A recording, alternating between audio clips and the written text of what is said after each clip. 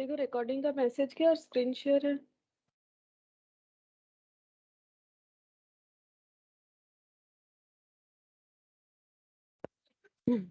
एक बार कंफर्म कर दो।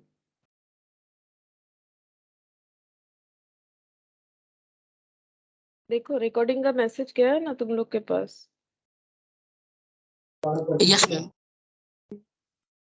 क्या होता है ना, कभी कभी ऐसा भी हुआ है रिकॉर्डिंग में, हम सारा चीज बोलते गए लेकिन स्क्रीन शेयर नहीं था। ठीक है, क्लास में स्टूडेंट भी थे, उनको दिख रहा था, बट रिकॉर्डिंग में वो नहीं आया, इसीलिए हम बार बार पूछ लेते हैं। Good evening Jyoti. Good evening ma'am. ठीक है चलो स्टार्ट करते हैं। देखो आज कॉस्ट हम लोग का खत्म हो जाएगा। ठीक है, तो जो भी 2-3 क्वेश्चन है वो कर लेते हैं। ये देखो क्वेश्चन नंबर 1 और 3 यहाँ से बाकी है, और एक क्वेश्चन है 3, वो भी बाकी है हम लोग का। ठीक है, तो question number 1 and question number 3, तो पहले हम लोग जो है 1 कर लेते हैं। चलो पहले 1 कर लेते हैं, फिर 3 करेंगे।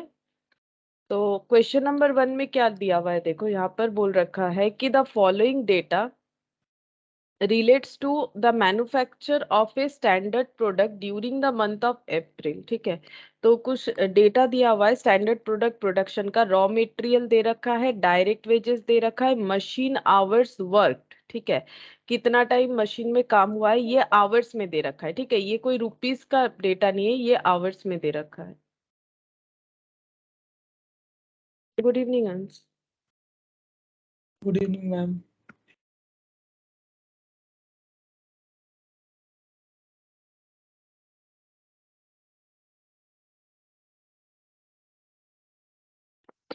अच्छा नेक्स्ट देखो क्या बोला है यहाँ पर।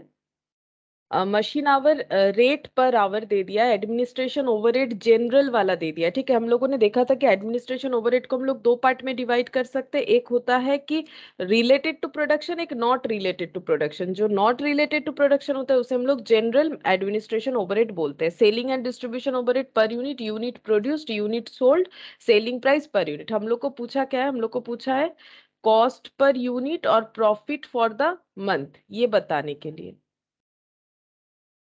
ये वाला मैंने करवा दिया था क्या? एक बार कंफर्म कर सकते हो, ये करवाया था कि नहीं करवाया था, मुझे याद नहीं आ रहा है। एक बार कंफर्म कर पाओगे ये वाला करवाया था कि नहीं करवाया था? Honda election 2। एटा ना, एटा अच्छा ये तो करवा दिया था, तुम लोग कुछ भी नहीं बोल रहे हो। हाँ ये करवा दिया था। नीचे इलेक्शन 2 হ্যাঁ না, নিচে আরেকটা আছে ওইটা করাইনি। আমি ভুলটা পড়ছি, তোমরা কিছু বলছো না। আমি তো यस এইটা मैम तो हो गया। तो तुम लोग नहीं ये हो गया था ना, हम लोग को करना है ये 1, वो 1 के साथ अब मैं कंफ्यूज हो गया। वही सोच रहा है, ये तो लग रहा है करवा दिया। ये वाला होगा। ये भी 1 है ना, वो प्रैक्टिकल क्वेश्चन का, इसीलिए हम 1 रीड करते जा रहे हैं। चलो कोई बात नहीं। ठीक है, देखो यहाँ पर क्या बोला है कि Adarsh manufacturing company present the following data for the month of April. Direct labour cost being 175% of works overhead, cost of goods sold excluding administration overhead, administrative expenses. देखो यहाँ पर हमें समझना पड़ेगा कि सीओजीएस है एक्सक्लूडिंग एडमिनिस्ट्रेशन एक्सपेंस। तो मुझे बता सकते हो कि ये कौन सा वाला एडमिनिस्ट्रेशन एक्सपेंस है, ये रिलेटेड टू प्रोडक्शन है या नॉट रिलेटेड टू प्रोडक्शन है? बता सकते हो रिलेटेड टू प्रोडक्शन है कि नॉट रिलेटेड टू प्रोडक्शन है? Related to production. अगर प्रोडक्शन से रिलेटेड होगा तो वो कहाँ पर होना लिखना चाहिए? अगर रिलेटेड टू प्रोडक्शन है वो कहाँ पर लिखना चाहिए?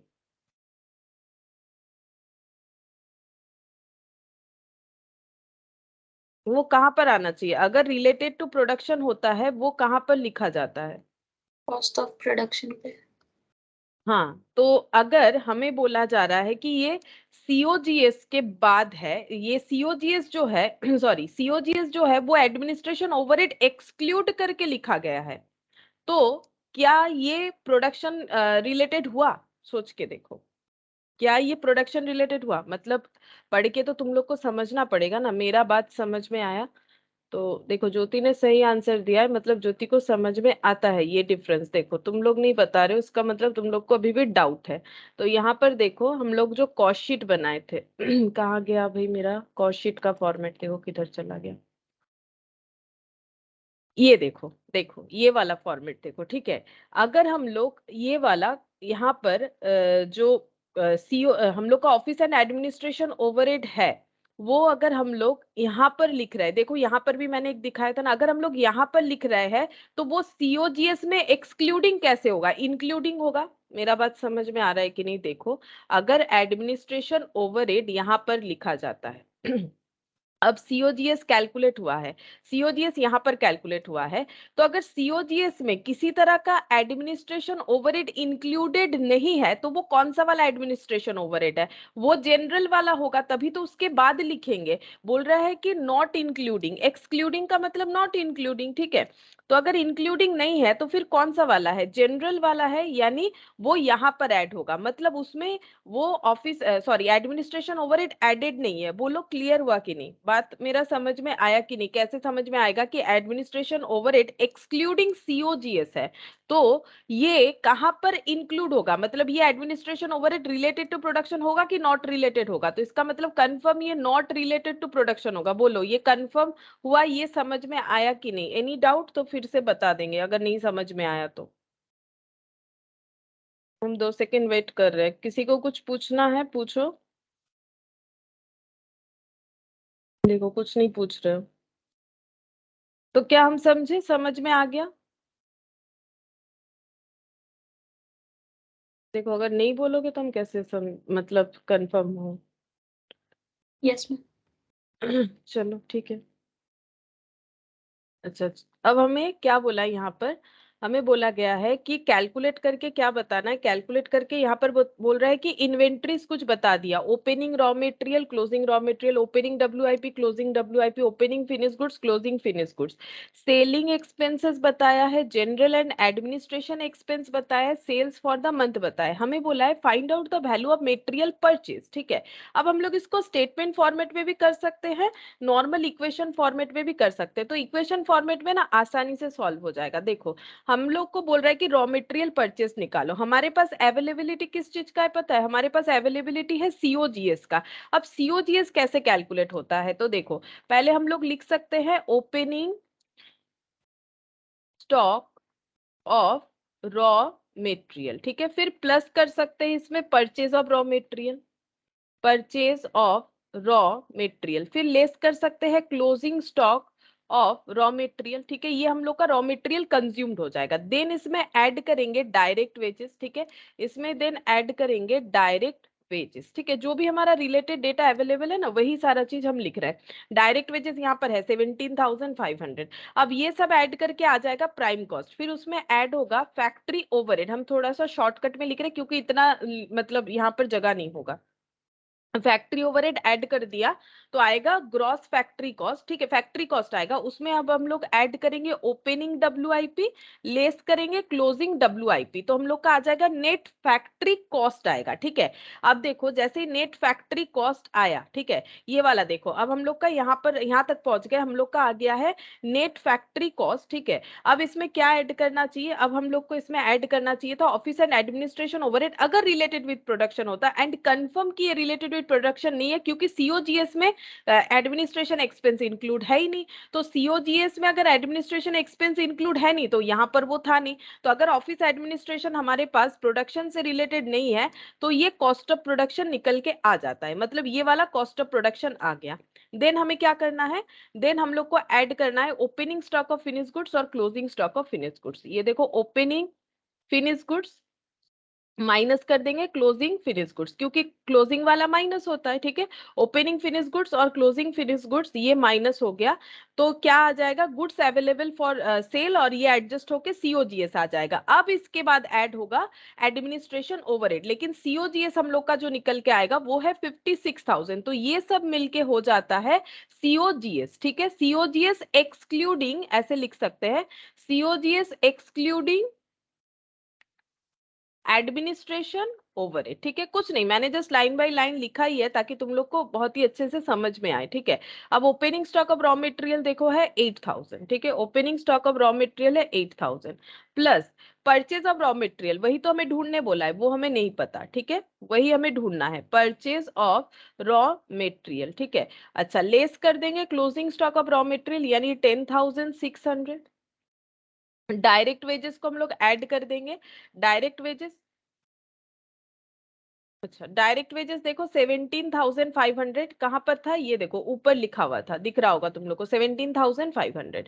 नेक्स्ट हमें क्या लेना चाहिए, नेक्स्ट हमें डायरेक्ट वेजेस के बाद फैक्ट्री ओवरहेड, ये नहीं दिख रहा है कहीं पर भी, लेकिन बताया है, एक रिलेशन बताया है कि लेबर कॉस्ट अगर 17,500 है, ये है 175% ऑफ वर्क्स ओवरहेड, वर्क्स मतलब ही होता है फैक्ट्री या प्रोडक्शन, तो मुझे बोल सकते हो कि फैक्ट्री ओवरहेड या प्रोडक्शन ओवरहेड कितना होगा। हमें एक लिंक बता रखा है, क्या बता रखा है कि यहाँ पर देखो लेबर कॉस्ट, हाँ बोलो, 30,625। 30,625 वो क्या है, works overhead, factory overhead. Fact, हाँ वही तो एक ही बात है ना, वर्क्स फैक्ट्री की बात है। मुझे लगता है थोड़ा गलत हुआ है, यहाँ पर बोला है लेबर कॉस्ट जो है वो 175% ऑफ वर्क्स ओवर, मतलब labour cost equal to 175% of works overhead, ठीक है। और वर्क्स ओवरहेड का मतलब ही फैक्ट्री होता है, वही प्रोडक्शन होता है, मैंने पहले इसलिए लिखवाया ताकि कंफ्यूजन ना हो। नाउ लेबर कॉस्ट हमें दे रखा है 17,500, ठीक है। अब मुझे बताओ, फिर ये हो जाता है 175% ऑफ मतलब मल्टीप्लीकेशन वर्क्स ओवरहेड, ठीक है। तो वर्क्स ओवरहेड कैसे कैलकुलेट करोगे, ये इसमें डिवाइड नहीं हो जाएगा, डिवाइड होने से कितना आएगा, जितना बोल रहा हूँ मुझे नहीं लगता उतना आना चाहिए, राउंड में आंसर आएगा, इक्वल टू, ये इनटू है तो ये इधर डिवाइड हो जाएगा ना, ये ऑफ हटा दो ना, ये इनटू है तो ये इधर डिवाइड हो जाएगा। हाँ बोलो। मैम इनटू 100 करके 10,000। तो फिर तुमने जो डेटा बोला वो तो गलत था, गलत कैलकुलेशन कर दिए थे, 7 इंटू कर दिए होगे, इसके साथ इंटू नहीं होगा ना, पढ़ के समझना पड़ेगा, पहले ऐसे लिख लो तो गलत नहीं होता है, ठीक है। 10,000 हो गया, 10,000 क्या निकल के आए, वर्क्स ओवरहेड यानी कि फैक्ट्री ओवरहेड, ये लिख लिया 10,000, ठीक है। अब फैक्ट्री ओवरहेड में क्या एडजस्ट होता है, ओपनिंग WIP और क्लोजिंग WIP, 10,500 ऐड हो जाएगा और क्लोजिंग वाला लेस हो जाएगा जिसका वैल्यू है 14,500, ठीक है। ये हम लोगों ने यहाँ तक कैलकुलेट कर लिया, यहाँ तक नॉर्मली जैसे हम लोग करते हैं, मतलब अभी हम लोग कहाँ तक पहुंच गए पता है, नेट फैक्ट्री कॉस्ट तक पहुंच गए। क्यों, देखो एक बार, अरे क्या हो रहा है आज, ये देखो यहाँ पर हम लोगों ने opening stock of raw material लिखा, ये वैल्यू, ये वैल्यू और ये वैल्यू और ये वाला वैल्यू, ठीक है, ये सारा चीज ऐड करके हमारा क्या आता है, प्राइम कॉस्ट। तुम लोग चेक करो, ये देखो ये मिला के होता है रॉ मटेरियल कंज्यूम्ड, ठीक है, रॉ मटेरियल कंज्यूम्ड और इसमें लेबर कॉस्ट को ऐड कर दिया प्राइम कॉस्ट। फिर ये क्या है, 10,000 हो गया, प्राइम कॉस्ट में ऐड हो गया फैक्ट्री ओवरहेड। अब ये इसमें एडजस्टमेंट होता है, जैसे ये वाला ऐड हुआ 10,500, ये हो गया ग्रॉस फैक्ट्री ओवरहेड, जैसे ये लेस हो गया वो हो जाएगा net factory, net factory cost, sorry net factory cost हो जाएगा, ठीक है। तो हमें क्या मिल जाएगा, नेट फैक्ट्री कॉस्ट। अब फैक्ट्री कॉस्ट के बाद नॉर्मली हम लोग एडमिनिस्ट्रेशन वाला पोर्शन ऐड करते हैं अगर वो रिलेटेड टू प्रोडक्शन होता है, बट इस क्वेश्चन में बोल रहा है कि भाई एडमिनिस्ट्रेशन ओवरहेड हमारा COGS में इंक्लूड नहीं हुआ है, मतलब ये फैक्ट्री में फैक्ट्री रिलेटेड था ही नहीं, इसीलिए COGS में इंक्लूड नहीं हुआ, ठीक है। अच्छा अब हम लोग लिखेंगे, इसके बाद हमें क्या करना पड़ेगा, opening stock of finish goods add कर देना पड़ेगा यानी 17,600, लेस कर देंगे closing stock of finish goods यानी 19,000, ठीक है। और ये ऐड कर, ये देखो यहाँ पर देखने से ही पता चलेगा, यहाँ पर देखने से ही पता चलेगा, ये देखो अगर हम लोग का ये वाला पॉइंट नहीं है ये जीरो हो जाएगा, अगर ये वाला पॉइंट हमारे पास अवेलेबल नहीं है ये जीरो हो गया तो ये कॉस्ट ऑफ प्रोडक्शन आया, opening stock of finish goods, goods available for sale निकल के आएगा, closing stock of finish goods less हो जाएगा, क्या निकल के आए, COGS, और ये COGS हो जाता है, अगर ये नहीं है तो एक्सक्लूडिंग एडमिनिस्ट्रेशन ओवरहेड, अगर क्वेश्चन में administration overhead related with production नहीं है तो तभी वो एक्सक्लूडिंग होगा, अदरवाइज तो इंक्लूडिंग ही होके आएगा। अच्छा अब देखो यहाँ पर ये COGS का वैल्यू, और COGS हमें दे दिया है, COGS हमें बताया 56,000, बस। अब तुम लोग को करना क्या है, सारे चीजों को टोटल करके यहाँ पर रॉ मटेरियल परचेस का वैल्यू निकालना है, बस, और कुछ नहीं करना है। ये देखो परचेज ऑफ रॉ मटेरियल ये कैलकुलेट करना है। अब तुम लोग यहाँ पर कैलकुलेट करो। 8000 ये लिख लेते हैं, देखो क्या क्या होगा, यहाँ पर कर लेते हैं। 8000 माइनस 10,600 प्लस 17,500 प्लस 10,000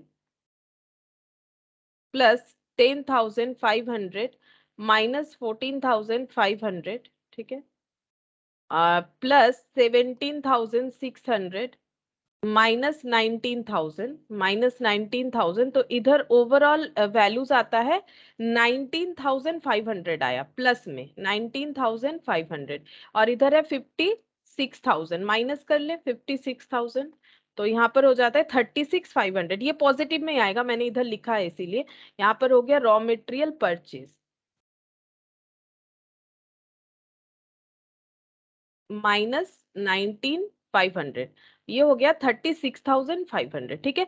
इस तरह से कर सकते हो, ऐसे में सबसे जल्दी कर पाओगे और गलती भी नहीं होगा। और एक तरीका होता है स्टेटमेंट फॉर्मेट में। स्टेटमेंट फॉर्मेट में अगर करोगे तो उसमें प्रॉब्लम ये है कि तुम लोग को जो भी ऐड करना है, मतलब तुम लोग को सीओजीएस से स्टार्ट करना पड़ेगा। देखो स्टेटमेंट फॉर्मेट में अगर करना चाहो वो कैसे होगा वो भी बताते हैं। वहां पर तुम लोग को सीओजीएस से स्टार्ट करना पड़ेगा, ठीक है। अब एक्चुअली सीओजीएस से अगर हम लोग स्टार्ट करते हैं, मतलब हम लोग इधर सीओजीएस लिखते हैं और इधर वैल्यूज को अगर मतलब रखते हैं, ठीक है, मतलब रॉ मटेरियल परचेज को इधर रखते हैं, बाकी सारे डेटा को हम लोग सीओजीएस में एडजस्ट करते हैं, तो opening stock of raw material less हो जाएगा, ठीक है, ये इधर आएगा, purchase of raw material less हो जाएगा।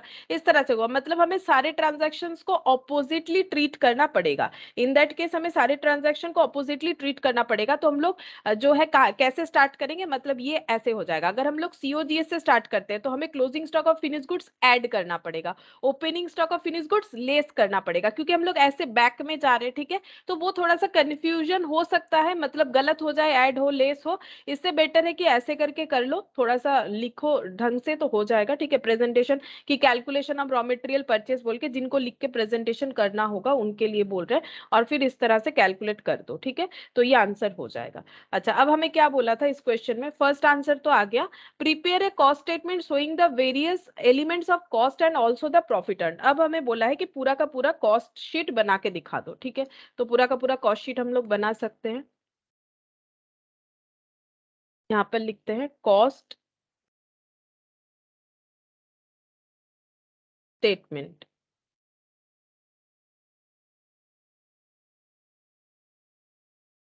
सबसे पहले आ जाएगा opening stock of raw material,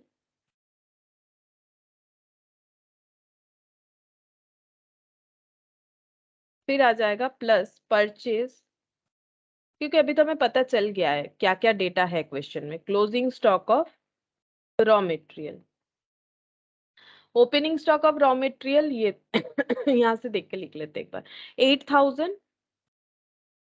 अच्छा, परचेज हम लोग का आ गया, यहाँ से सोल्यूशन 1 से हमें परचेज मिल गया, परचेज का वैल्यू आ चुका है 36,500, ठीक है, 36,500। Closing stock of raw material है हम लोगों का 10,600, ठीक है। ये हो जाएगा रॉ मटेरियल कंज्यूम्ड, ठीक है, रॉ मटेरियल कंज्यूम्ड। और इसके बाद हम लोग को यहाँ पर ऐड करना पड़ेगा डायरेक्ट वेजेस, डायरेक्ट वेजेस, ठीक है। और डायरेक्ट वेजेस कितना था, 17,500, और इसका वैल्यू कितना हो जाएगा, ये एक बार देख लेते हैं। इसका वैल्यू हो जाएगा हम लोगों का 8,000 प्लस 36,500 माइनस 10,600, तो ये हो जाता है 33,900 प्लस 17,500, तो ये बन गया प्राइम कॉस्ट 51,400। अब प्राइम कॉस्ट में क्या ऐड करेंगे, प्राइम कॉस्ट में ऐड करेंगे फैक्ट्री ओवरहेड, ठीक है, मैंने शॉर्ट में ही लिख दिया FOH, फैक्ट्री ओवरहेड, जो कि है 10,000, ठीक है, 10,000 ऐड कर दिया। अब 10,000 ऐड करने से आ जाएगा 61,400 आ रहा है, ठीक है, तो 61,400 और इसको हम लोग क्या बोलेंगे, इसको हम लोग बोलेंगे फैक्ट्री कॉस्ट या फिर वर्क्स कॉस्ट, कोई अलग चीज नहीं है, ठीक है। फैक्ट्री कॉस्ट या फिर वर्क्स कॉस्ट आ जाएगा। अब इसमें एडमिनिस्ट्रेशन नॉर्मली ऐड होता है अगर वो रिलेटेड विद प्रोडक्शन, अगर नहीं है तो नहीं, पहले तो WIP है वो एडजस्ट होगा, पहले WIP, opening stock of WIP, ठीक है। तो ओपनिंग स्टॉक ऑफ WIP कितना है, 10,500। अच्छा, और यहाँ पर ये ऐड करने से आएगा ग्रॉस फैक्ट्री कॉस्ट, ठीक है। फिर लेस करेंगे क्लोजिंग स्टॉक ऑफ WIP, ये हो गया। यहाँ पर प्लस 20,500 कर लेते, ये आ जाएगा 71,900, और क्लोजिंग स्टॉक ऑफ WIP है 14,500, तो ये आ जाएगा 57,400। ये क्या आ गया, ये आ गया कॉस्ट ऑफ प्रोडक्शन, ठीक है। ये आ जाता है कॉस्ट ऑफ प्रोडक्शन यहाँ पर नॉर्मली, लेकिन ये आना चाहिए था नेट फैक्ट्री कॉस्ट, ये क्या आना चाहिए था, नेट फैक्ट्री कॉस्ट, लेकिन यही हमारा कॉस्ट ऑफ प्रोडक्शन हो जाएगा। क्यों बताओ, क्योंकि यहाँ पर हम लोगों ने एडमिनिस्ट्रेशन ओवरहेड ऐड नहीं किया है, तो इसी को हम लोग बोलेंगे कॉस्ट ऑफ प्रोडक्शन, ठीक है। अच्छा, इसके बाद हम लोग को क्या लिखना पड़ेगा, कॉस्ट ऑफ प्रोडक्शन हो गया। अब हम लोग यहाँ पर ऐड करेंगे opening stock of finished goods, ठीक है। Opening stock of finished goods less करेंगे closing stock of finished goods. तो opening stock of finished goods है हम लोग का 17,600, तो यहाँ पर आ जाएगा गुड्स अवेलेबल फॉर सेल 17,600, ये हो जाता है 75,000। इसको लिख सकते हो goods available for sale, goods available for sale, ठीक है।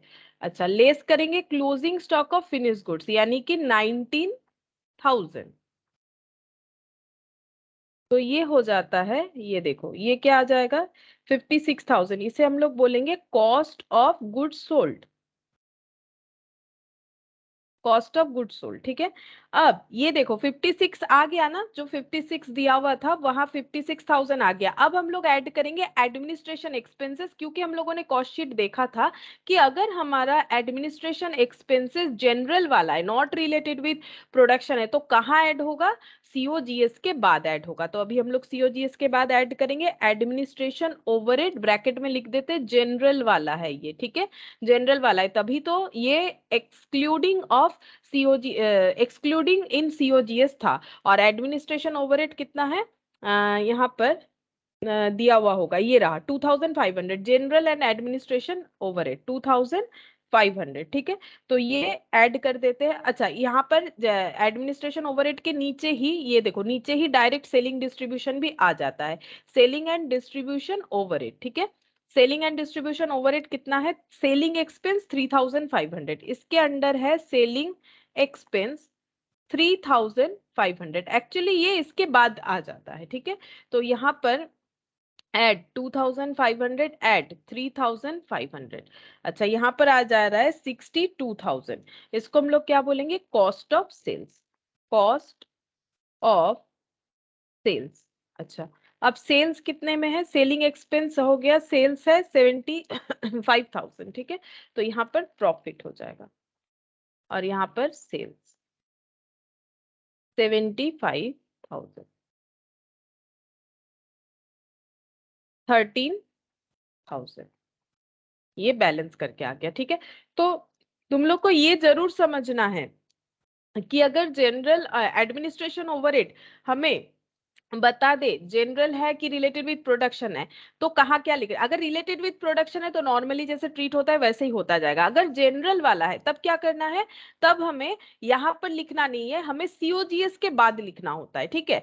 COGS के बाद लॉजिक देखो, ये जनरल एडमिनिस्ट्रेशन खर्चा है, फैक्ट्री से रिलेटेड नहीं है। अगर फैक्ट्री से रिलेटेड होता है तो जस्ट फैक्ट्री के बाद ही आता है, ठीक है। अभी हम लोग एक क्वेश्चन करेंगे, क्वेश्चन नंबर 3, जिसमें बहुत सारा एडजस्टमेंट है, वहां पर तुम लोग को क्लियर हो जाएगा कि कौन सा डेटा कहाँ पर जाना चाहिए, मतलब एक नॉलेज हो जाएगा कि कैसे करके हम लोग करेंगे। तो ये ऐसा क्वेश्चन हम लोगों ने और एक भी किया हुआ था, ठीक है। तो बस यहाँ पर यही चीज देखना था और कुछ नहीं इस क्वेश्चन में।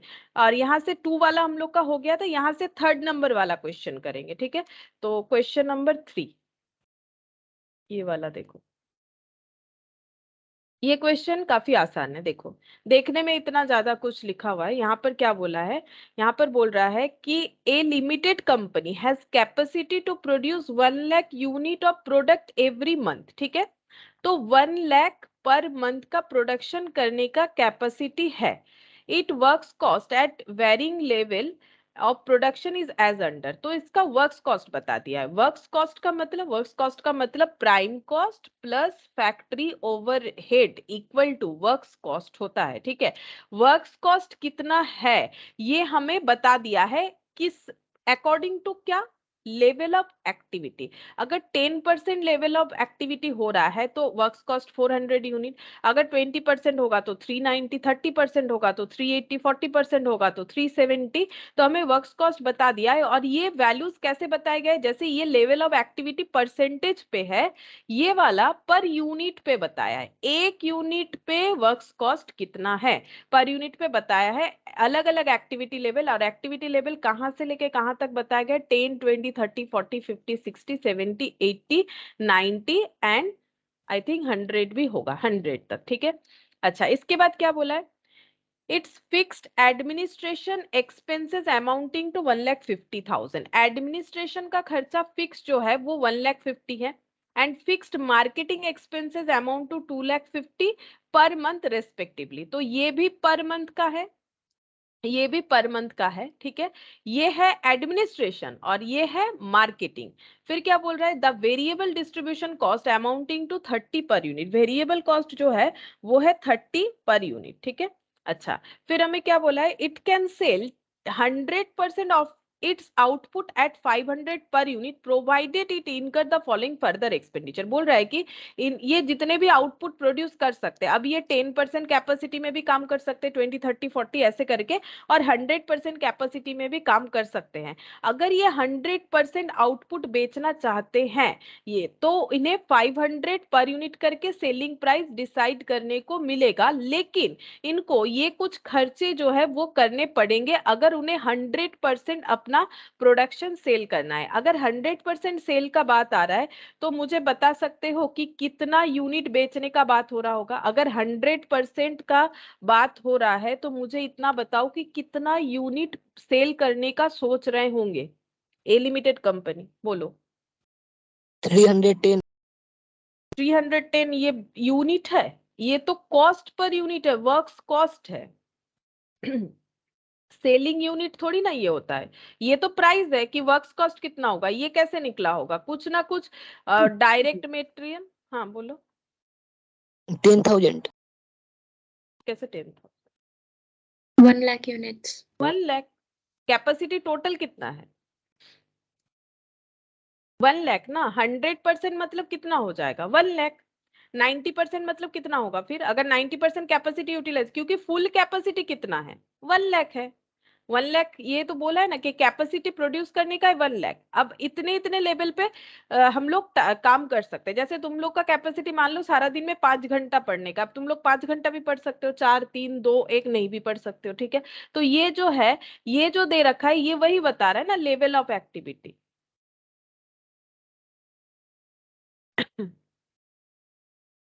लेवल ऑफ एक्टिविटी के हिसाब से करना पड़ेगा। ठीक है, अच्छा ये देखो, ठीक से सुनो क्वेश्चन को। ठीक है, क्वेश्चन काफी आसान है लेकिन इतना बड़ा है, देख के लगेगा बहुत ज्यादा टफ है, ऐसा नहीं है। और ये वर्क्स कॉस्ट है ना, ये तो वर्क्स कॉस्ट पर यूनिट है, ये 1 लाख होगा। तो 1 लाख यूनिट जो है हम लोग प्रोडक्शन कर सकते हैं। अगर 100% सेल करना चाहते हैं तब हमें 500 रुपए पर यूनिट करके बेचने का जो है फैसिलिटी मिलेगा। ठीक है, मतलब हम लोग प्राइस रख सकते हैं, लेकिन हमें ये कुछ खर्चा करना पड़ेगा। क्या खर्चा है, it gives gift item costing 30 per unit of cell. इनको क्या करना पड़ेगा, कुछ गिफ्ट देना पड़ेगा। ठीक है, हर बार सेल करने के लिए, मतलब 1 यूनिट बेचेंगे तो उस पे एक गिफ्ट देना पड़ेगा, और उस गिफ्ट का जो कॉस्ट आ जाएगा वो हो जाएगा 1 यूनिट पे 30 रुपीज। तो कितना खर्चा होगा बोल सकते हो गिफ्ट का, अगर वो 100% सेल करना चाहते हैं। अभी अभी हम लोगों ने देखा 100% मतलब 1 लाख, तो उनको गिफ्ट देना पड़ेगा। वो ऐसे क्वेश्चन बोल रहा है ना, हम थोड़ी ना बोल रहे हैं, ऐसे क्वेश्चन में बोल रहा है कि गिफ्ट देना पड़ेगा। और गिफ्ट कितना है, per unit of cell 30 rupees करके। तो गिफ्ट का खर्चा कितना हो जाएगा, बोलो। 30 lakh. 30 लाख। 30 लाख हो जाएगा, मतलब 30 लाख का खर्चा करना पड़ेगा। अच्छा, और क्या करना पड़ेगा? It has lucky draw every month. वो मतलब थोड़ा सा क्या बोलते हैं, इंटरेस्टिंग बनाने के लिए सेल को वो लकी ड्रॉ वगैरह कर रखे हैं। लकी ड्रॉ का ये every month giving the first prize. अच्छा, लकी ड्रॉ करेंगे और बोलेंगे कि मतलब फर्स्ट विनर होंगे उनको मिलेगा 50,000 पर मंथ का खर्चा बता रहा है। सेकेंड प्राइज जो है वो है 25,000, थर्ड प्राइज जो है वो है 10,000, और 3 क्या मिलेगा, and 3 consolation prizes of 5,000 each to customer buying the product. जो भी ये प्रोडक्ट खरीदेंगे, अगर लकी ड्रॉ आता है तो जो फर्स्ट है, जो विनर है, उन्हें 50,000 मिलेगा, जो सेकंड विनर है उन्हें 25,000 मिलेगा, थर्ड प्राइज के तौर पे 10,000 मिलेगा, और इन्होंने कॉन्सोलेशन प्राइज रखा हुआ है 5,000 करके। और ये कितने लोगों को देंगे? 3 लोगों को देंगे, ठीक है, जो ये प्रोडक्ट खरीदेंगे। तो इस पॉइंट के लिए कितना खर्चा हो जाएगा? जैसे ए पॉइंट के लिए इनका खर्चा हो जाएगा 30 लाख, तो बी पॉइंट के लिए इनका कितना खर्चा हो जाएगा? बोलो कितना होगा? 1 lakh. 1 लाख हो जाएगा, ठीक है। 50,000 प्लस प्लस यहाँ पर 25,000 प्लस 10,000, तो ये हो गया 60 और 25 कितना? 85,000, और 5,000 करके 3 लोगों को यानी 15,000, तो ये हो जाता है 1 लाख, ठीक है। ये मतलब ये मैंने जीरो लिखा है यहाँ पर, ये 100 मतलब ये 1,000 नहीं लिखा, इस वजह से जो भी हो 1 लाख हो रहा है। टोटल 1 लाख का खर्चा करना पड़ेगा। अब ये क्या कंडीशन चल रहा है, फिर से सोचो। अगर हम लोग सारा का सारा आउटपुट बेचना चाहते हैं, सारा का सारा output in the sense 100% capacity में अगर हम लोग काम करते हैं, मतलब 1 लाख यूनिट अगर प्रोडक्शन करते हैं। देखो मैंने सारा चीज फिर से बताया ताकि तुम लोग पिछले वाला स्टोरी ना भूल जाओ, क्योंकि ये स्टोरी है, बाकी है बहुत आसान, अभी करने से ही समझ में आएगा। तो बोल रहा है कि अगर हम लोग 100% बेचना चाहते हैं तो 500 रुपए सेलिंग प्राइस रखेंगे, लेकिन ये खर्चा करना पड़ेगा। एक तो है गिफ्ट देना पड़ेगा, एक है कुछ लकी ड्रॉ वगैरह का कर रखा है 30 लाख, और ये 1 लाख। फिर बोल रहा है it spends 1 lakh on refreshment served every month to its customer. बोल रहे हैं कि कस्टमर के लिए रिफ्रेशमेंट का कुछ खर्चा करेंगे जो कि 1 लाख है। ये कुछ कैलकुलेशन नहीं करना पड़ेगा, बता ही दिया है कि ये भी खर्चा करना पड़ेगा। फिर बोल रहा है it sponsors a television programme every week at a cost of 20 lakh per month, और 20 लाख पर मंथ का स्पॉन्सरशिप के लिए इनको खर्चा करना पड़ेगा, ठीक है। तो ये हो रहा है, मतलब कोई एक टेलीविजन में वीकली कोई प्रोग्राम आता है, ठीक है, तो वो प्रोग्राम आने के पहले ये बता दिया जाएगा कि स्पॉन्सर्ड बाय दिस, ठीक है। तो मतलब ये company sponsored by A limited, और ये प्रोडक्ट का नाम हो जाएगा, ठीक है। जैसे होता है नॉर्मली कोई भी सीरियल वगैरह के आगे एडवर्टाइज होता है ना, तो जो भी स्पॉन्सर करते हैं उनका नाम दिखाया जाता है। इससे क्या होता है, लोगों को पता चलता है मार्केट में ये प्रोडक्ट आया है। तो ये सब खर्चा इनको करना पड़ेगा, अगर अगर वो 100% सेल करना चाहते हैं तो। और उसके बाद और एक option, it can market 30% of its output. ये अगर चाहे तो इनका टोटल आउटपुट का 30% भी सेल कर सकते हैं। दैट मीन्स कितना यूनिट बोलोगे मुझे? 30% सेल कर सकते हैं, इसका मतलब कितना यूनिट? 30,000. 1 लाख का 30% जितना होता है उतना 30,000। 30,000 अगर सेल करना चाहे तो ये कॉस्ट जो है वो 550 हो जाएगा। सेलिंग प्राइस 500 की जगह 550 ये रख सकते हैं, without incurring any of the expenses refer to 1 to D। तब इन दैट केस अगर 30% ही बेचना चाहते हैं तो सेलिंग प्राइस 500 से 550 कर सकते हैं, और ये खर्चे भी नहीं करने पड़ेंगे, ये बोल रहा है question. Without incurring any of the expenses referred to A to D above, ठीक है। Prepare a cost sheet for the month showing total cost and profit at 30% and 100% capacity level. हमें बोला है कॉस्ट शीट बनाओ, पहले तो question ये बोल रहा है। दूसरा क्या बोल रहा है, कॉस्ट शीट में हमें क्या दिखाना है, टोटल कॉस्ट का भी कॉलम करना है और प्रॉफिट भी दिखाना है, ठीक है। अच्छा, और पर यूनिट भी शायद मैंने कहीं देखा था, यहाँ पर cost sheet for the month showing total cost and profit, नहीं पर यूनिट नहीं बोला है, चाहो तो बना सकते हो, ठीक है। और ये कॉस्ट शीट कितने यूनिट के लिए हम लोग बनाएंगे, 30% एक्टिविटी लेवल और 100% एक्टिविटी लेवल पे। 30% एक्टिविटी लेवल यानी 30,000 यूनिट के लिए बनाएंगे, और 100% एक्टिविटी लेवल का मतलब हो जाएगा 1 लाख यूनिट के लिए बनाएंगे। तो समरी जो बनता है वो ये हो गया कि हमें कॉस्ट शीट बनाना है, और वो भी 2 आउटपुट डेटा के लिए, एक हो जाएगा 30% और एक हो जाएगा 1 लाख, बस और कुछ नहीं, इतना ही हमें बोल रखा है, ठीक है। तो देखो प्रिपेयर करते हैं।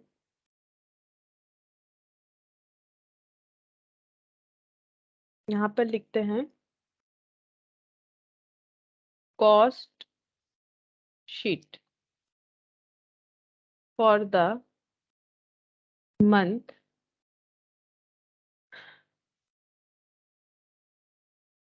कुछ नहीं दे रखा है, ठीक है। यहाँ पर लिखते हैं लेवल ऑफ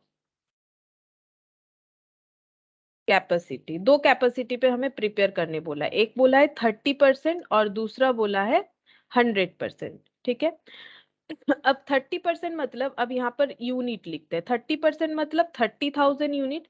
ये कैसे कैलकुलेट किए, क्योंकि 100% मतलब 1 लाख है। ये क्वेश्चन में बता दिया जाएगा, हमें कैसे पता चलेगा, क्वेश्चन में बताएगा तभी ना पता चलेगा, ठीक है। अब हम लोग इसमें दो तरह से कॉलम को बनाएंगे। एक हो जाएगा हम लोग का पर यूनिट, यहाँ पर लिख लेते हैं पर यूनिट का एक कॉलम बना लेते हैं इसके अंदर, और एक बना लेते हैं टोटल। यहाँ पर भी बना लेंगे per unit, P dot U लिख लेते हैं पर यूनिट, और यहाँ पर बनाएंगे टोटल, ठीक है।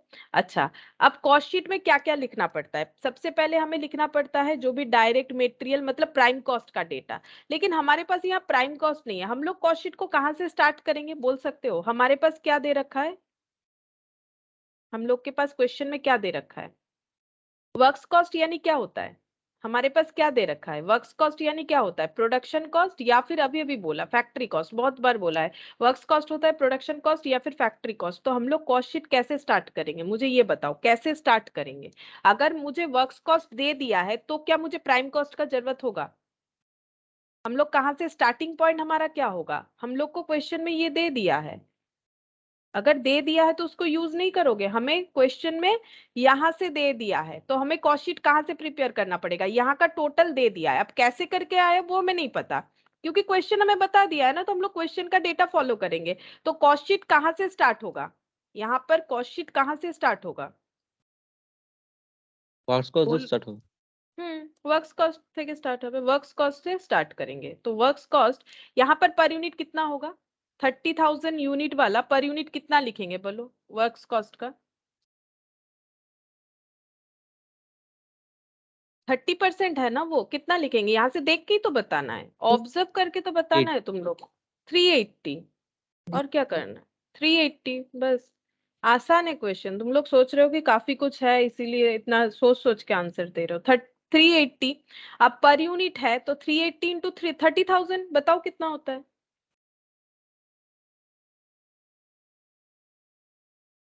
1,14,00,000। हाँ, 1,14,00,000। अच्छा, अब इसमें कितना लिखेंगे 1 लाख का, 310। 310। ये बहुत आसान है क्वेश्चन, तुम लोग इसका लेंथ देख के सोच रहे हो कि बहुत ज्यादा मुश्किल है, ऐसा कुछ भी नहीं है। ये इंटू करने से हो जाएगा 3,10,00,000, ठीक है। ये भी रुपीज में होगा, ये भी रुपीज में होगा, ये भी रुपीज है, ये भी रुपीज है। अच्छा, अब वर्क्स कॉस्ट हो गया, नेक्स्ट क्या होना चाहिए बोलो। वर्क्स कॉस्ट के बाद क्या होना चाहिए, हम लोग नीचे इंफॉर्मेशन देखते हैं और सोच के बताते हैं। नॉर्मली वर्क्स कॉस्ट के बाद administration, office and administration overhead आता है, रिलेटेड विथ प्रोडक्शन आता है, अगर जनरल है तो नहीं आएगा। यहाँ पर फिक्स्ड एडमिनिस्ट्रेशन एक्सपेंसेस बता रखा है। लेकिन जब मैंने फर्स्ट दिन कॉस्ट शीट करवाया था और बहुत सारा डिटेल्स लिखा था, तब मैंने बताया था कि अगर हमें कुछ ना बताए कि फैक्ट्री रिलेटेड विथ प्रोडक्शन है कि नॉट रिलेटेड विथ प्रोडक्शन है, या फिर कोई हिंट्स ना दे, तो हमें क्या मानना पड़ेगा, ये मैंने बताया था। ये देखो, अगर हमें कुछ भी ना बताए तो हमें क्या मानना पड़ेगा। अगर तुम लोगों ने ये सारा चीज लिखा है तो तुम लोग को याद होगा। यहाँ पर कहाँ लिखा है, इतने सारे डेटा में मुझे तो अभी नहीं याद है, लेकिन मुझे इतना याद है कि अगर हमें कुछ भी नहीं बताएगा, क्योंकि यहाँ पर ओनली एडमिनिस्ट्रेशन एक्सपेंसेस बता रखा है और कुछ नहीं बताया है, तो इसको हम लोग हमेशा क्या करेंगे, इसको हम लोग फैक्ट्री वाला ही मानते हैं, ठीक है। कुछ नहीं बताएगा तो फैक्ट्री वाला मानेंगे। तो यहाँ पर लिख लेंगे, ऐड करेंगे फिक्स्ड एडमिनिस्ट्रेशन एक्सपेंस, ठीक है। अब इसको कैसे लिखेंगे बोलो, ये तो हमें टोटल में बताया है 1,50,000, तो 1,50,000 टोटल में लिखना पड़ेगा, और इसका यूनिट कितना आ जाएगा, कैसे निकालोगे। अच्छा हाँ, पहला बात है, मैंने तो लिख दिया, तुम लोग बताओ क्या दोनों जगह 1,50,000 लिखे या फिर अलग अलग होगा, पहले ये बताओ। यहाँ पर बोला है फिक्स्ड एडमिनिस्ट्रेशन एक्सपेंसेस, क्या 1,50,000 दोनों। हो। बोलो एक बार बोलो। 1,50,000 हो। हाँ, दोनों जगह पे 1,50,000 ही होगा, क्यों बताओ, ये तो सही है, क्यों क्यों दोनों जगह पे। এটা তো ভ্যারি हाँ করবে না। फिक्स, हाँ फिक्स्ड एक्सपेंसेस है, यूनिट की वजह से कभी वैरी नहीं करेगा। अगर यहाँ 30,000 प्रोडक्शन करो या उससे कम करो, अप टू 1 लाख तक हमारा 1,50,000 करके ही एटलीस्ट खर्चा होने वाला है। अब इसको यहाँ पर यूनिट का कॉलम क्यों की बना रखे हैं, तो अब डिवाइड करके बता दो कितना होगा। तो ये 5 रुपीज होगा, ठीक है, 30,000 से डिवाइड करने से। और ये कितना हो जाएगा, ये 1.5 हो जाएगा, क्योंकि 1 लाख है तो 5 जीरो यहाँ से, तो ये 10 बच जाएगा, 15/10 यानी 1.5 होगा। अच्छा, फिर बोला है फिक्स्ड मार्केटिंग एक्सपेंसेस, ठीक है, फिक्स्ड मार्केटिंग एक्सपेंसेस ये कितना होगा। अब इसको चाहो तो तुम लोग अलग से नाम लिख सकते हो या फिर इसको कंबाइनली कर देते हैं, क्योंकि इस क्वेश्चन में हमें उतना अलग अलग नहीं भी दिखाएंगे तो भी चलेगा, अगर चाहो तो दिखा सकते हो, ठीक है। मार्केटिंग नॉर्मली सेलिंग डिस्ट्रीब्यूशन का ये ऐड करके लिख सकते हो, कॉस्ट ऑफ प्रोडक्शन। अभी हम डायरेक्टली कर लेते हैं फिक्स्ड मार्केटिंग एक्सपेंस, ठीक है, fixed marketing expense again fixed बोला है, यानी दो जगह पे कितना चला जाएगा, 2,50,000 करके, ठीक है।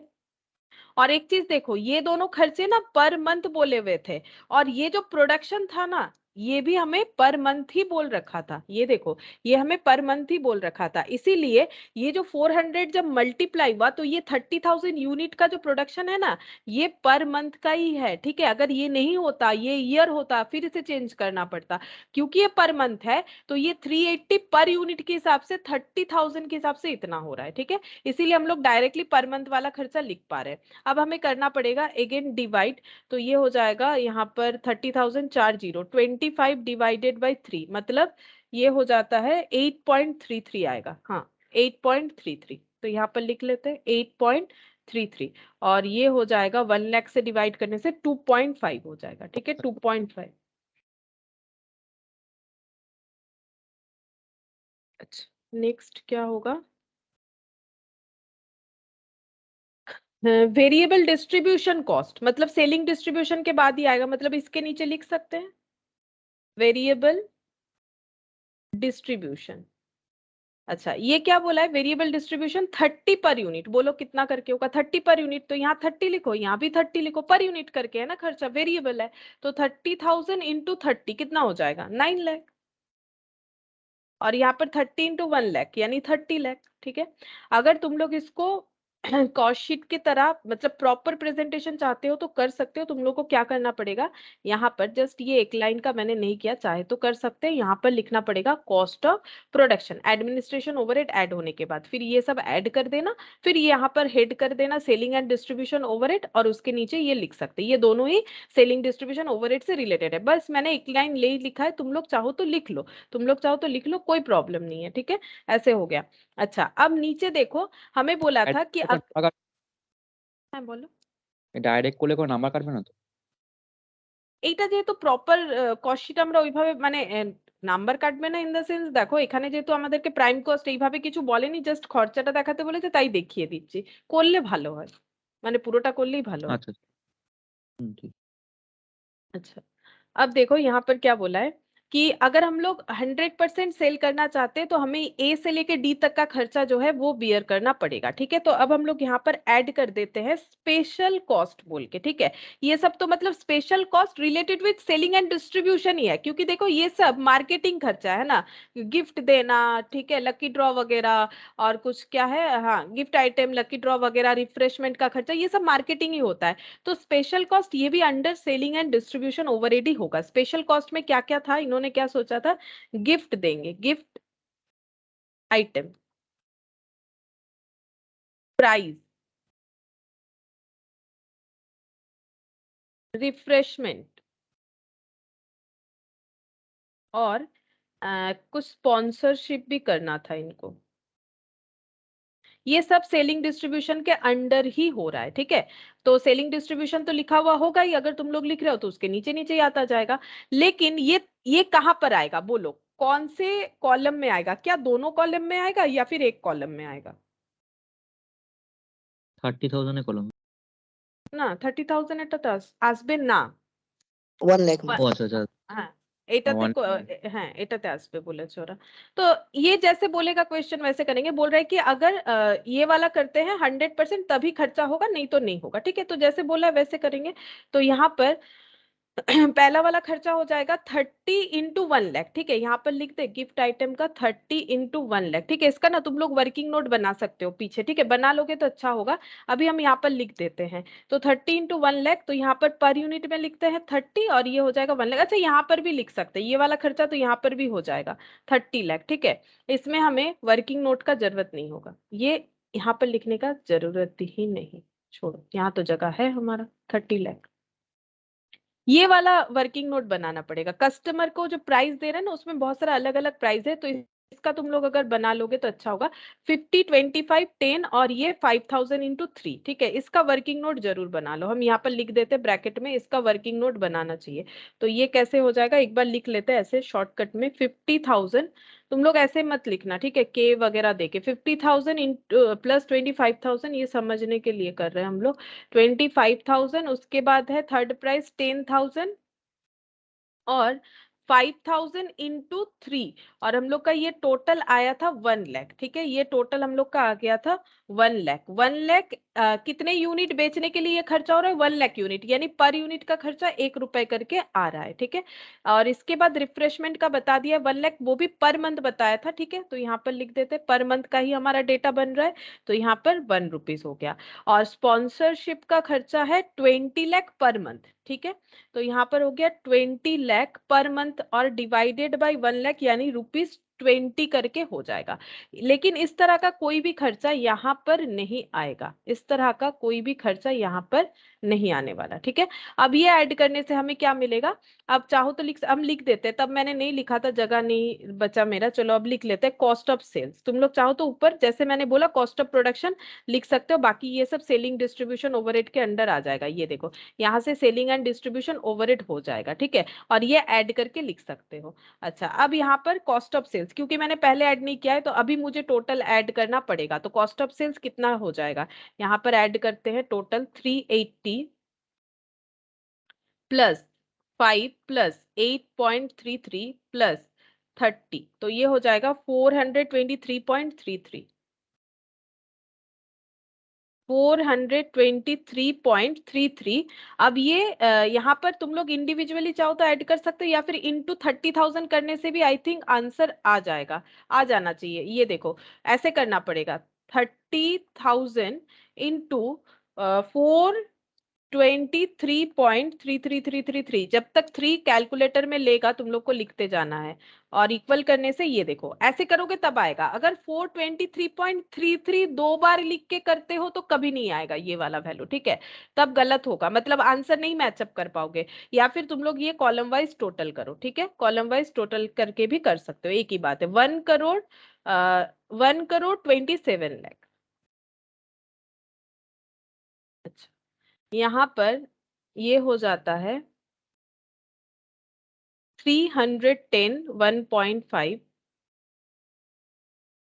310, 396. अच्छा राउंड में आ रहा है Yeah, no इसमें, ma'am. पूरा आ रहा है 396. हाँ हाँ, अच्छा तब अच्छा कोई पॉइंट तो है नहीं इसमें। अच्छा ठीक है, अब इंटू कर दो, इंटू करने से जो आंसर आएगा अगर तुम लोग कॉलम टोटल करोगे तो भी उतना ही आएगा, 3 3 करोड़ crore. हाँ 3 करोड़ 96 लाख आ जाएगा। ये हो गया कॉस्ट ऑफ सेल्स। अब क्या करेंगे, कॉस्ट ऑफ सेल्स मतलब टोटल कॉस्ट। अब हम लोग को क्या कैलकुलेट करना है, प्रॉफिट, ठीक है, और सेलिंग प्राइस दे रखा है तो यहाँ पर हम लोग का प्रॉफिट आ जाएगा, ठीक है। और यहाँ जगह नहीं है तो मुझे यहाँ पर लिखना पड़ेगा सेल्स रेवेन्यू, ठीक है, पहले है पर यूनिट का कॉलम, तो 30% कैपेसिटी के केस में cost per sorry selling price per unit 550 हो जाएगा, ठीक है। और 550 के हिसाब से 30,000 का कितना होगा, यहाँ पर हम लोगों को टोटल वाला लिखना पड़ेगा, तुम लोग को दिख रहा होगा अपने कॉपी में देखो 30,000, तो ये हो जाएगा 1 करोड़ 65 लाख। अच्छा, नेक्स्ट हम लोग का यहाँ पर अगर हम लोग 100% कर रहे हैं तो हम लोग 500 में सेल प्राइस रख सकते हैं, और 500 इंटू 1 लाख यानी कि कितना हो जाएगा, 500 और लाख में 5 जीरो, तो इसका मतलब 5 crore, 5 crore I think 3 4 5 6 7 zero होना चाहिए, 1 2 3 4 5, हाँ ठीक है, 7 जीरोस हो गया। अब प्रॉफिट, प्रॉफिट कैसे होगा, तो माइनस करना पड़ेगा, माइनस करने से हमें प्रॉफिट पता चल जाएगा, ठीक है। तो ये है 423.33 माइनस ये हो जाएगा 550, तो ये प्रॉफिट आ जाता है 126.67, ठीक है। और टोटल में कितना हो जाएगा, टोटल में इंटू 30,000 डायरेक्ट करोगे तो आंसर नहीं आएगा, ये देखो, या फिर बैलेंस कर दो 1270000 और माइनस हो जाएगा 165 और 50, ये हो जाएगा 38 लाख, ठीक है। अच्छा ये है 396 और वो वैल्यू है 500, ठीक है, सेल वैल्यू 500, तो 104 इन इंटू 1 लाख, 1 करोड़ 4 लाख, ऐसे होगा, ठीक है। तो ये देखो क्वेश्चन, लेकिन देखने में ऐसा है थोड़ा सा भयंकर टाइप की, क्या क्या लिख रखा है, लेकिन क्वेश्चन काफी आसान है, जितना देखने में इतना लेंदी है क्वेश्चन, लेकिन इतने से जगह पे ये क्वेश्चन हो जाता है, ठीक है। और कुछ क्वेश्चन ऐसा होता है कि देखने में छोटा सा है लेकिन उसका कैलकुलेशन टफ भी होता है, काफी ज्यादा भी होता है। तो तुम लोग क्वेश्चन देख के मत टेंशन लो, तुम लोग पढ़ के अगर तुम लोग को समझ में आता है, ये सबसे प्लस पॉइंट होता है, तभी जाके क्वेश्चन को आगे कर पाओगे, नहीं तो नहीं कर पाओगे। तो ये हो गया देखो हम लोग का कंप्लीट यहाँ से। अब हम लोग ये वाला क्वेश्चन जो मैंने बोला था काफी टाइम लगेगा, इसमें बहुत सारा कैलकुलेशंस है, ठीक है। ये वाला इलास्ट्रेशन 3 ये हम लोग करेंगे, लेकिन इसके पहले हम तुम लोगों को पूछेंगे कि कौन सा खर्चा कहाँ जाना चाहिए, इससे तुम लोग का पूरा कॉस्ट शीट एक बार रिवाइज हो जाता है ये वाले क्वेश्चन के साथ, ठीक है।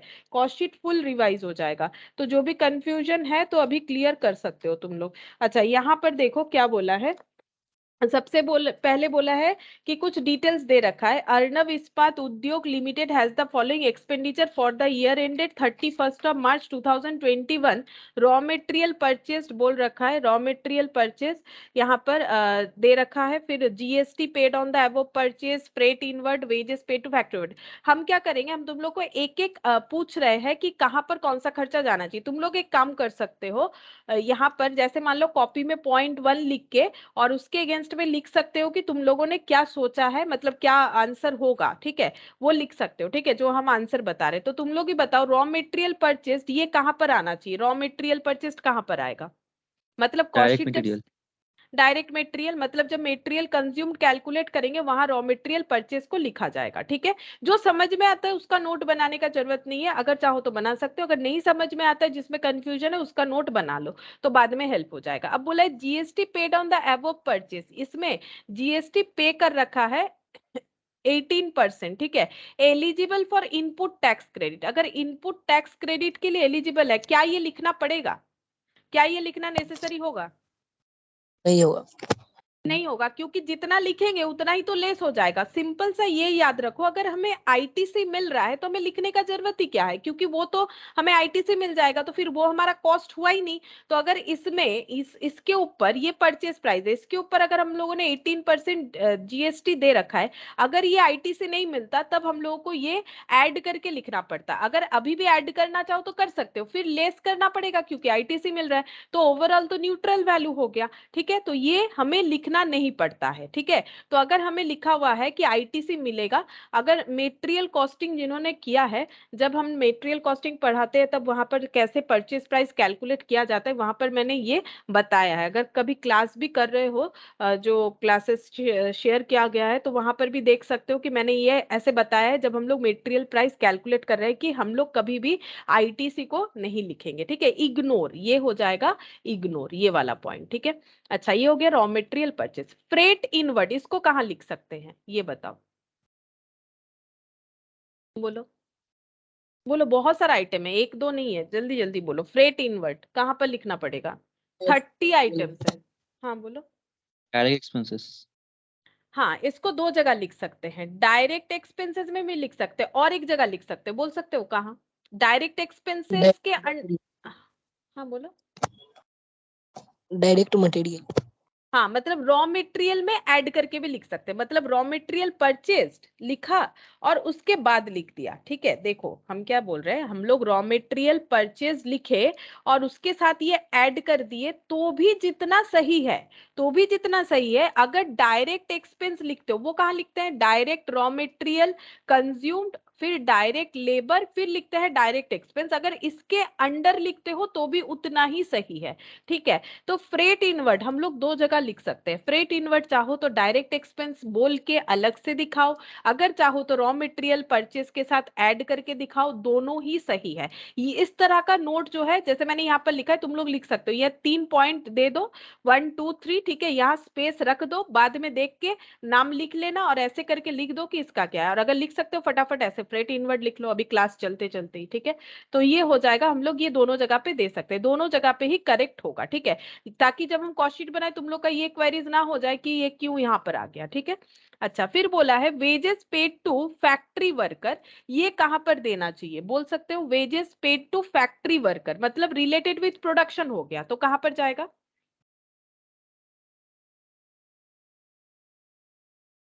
Direct wages. Direct wages, correct. Factory worker मतलब रिलेटेड विथ प्रोडक्शन, ये डायरेक्ट वेजेस में जाएगा। ठीक है, अच्छा contribution made towards employees PF and ESIS, ठीक है, अगर पीएफ वगैरह में कंट्रीब्यूशन हो रहा है तो वो कहाँ जाएगा, बोल सकते हो पीएफ वगैरह में कंट्रीब्यूशन हो रहा है तो वो कहाँ जाएगा। लेबर कॉस्ट जब पढ़े थे तब याद करो, अगर लेबर कॉस्ट का, हाँ बोलो, ओवरहेड में। ओवरहेड में जाएगा।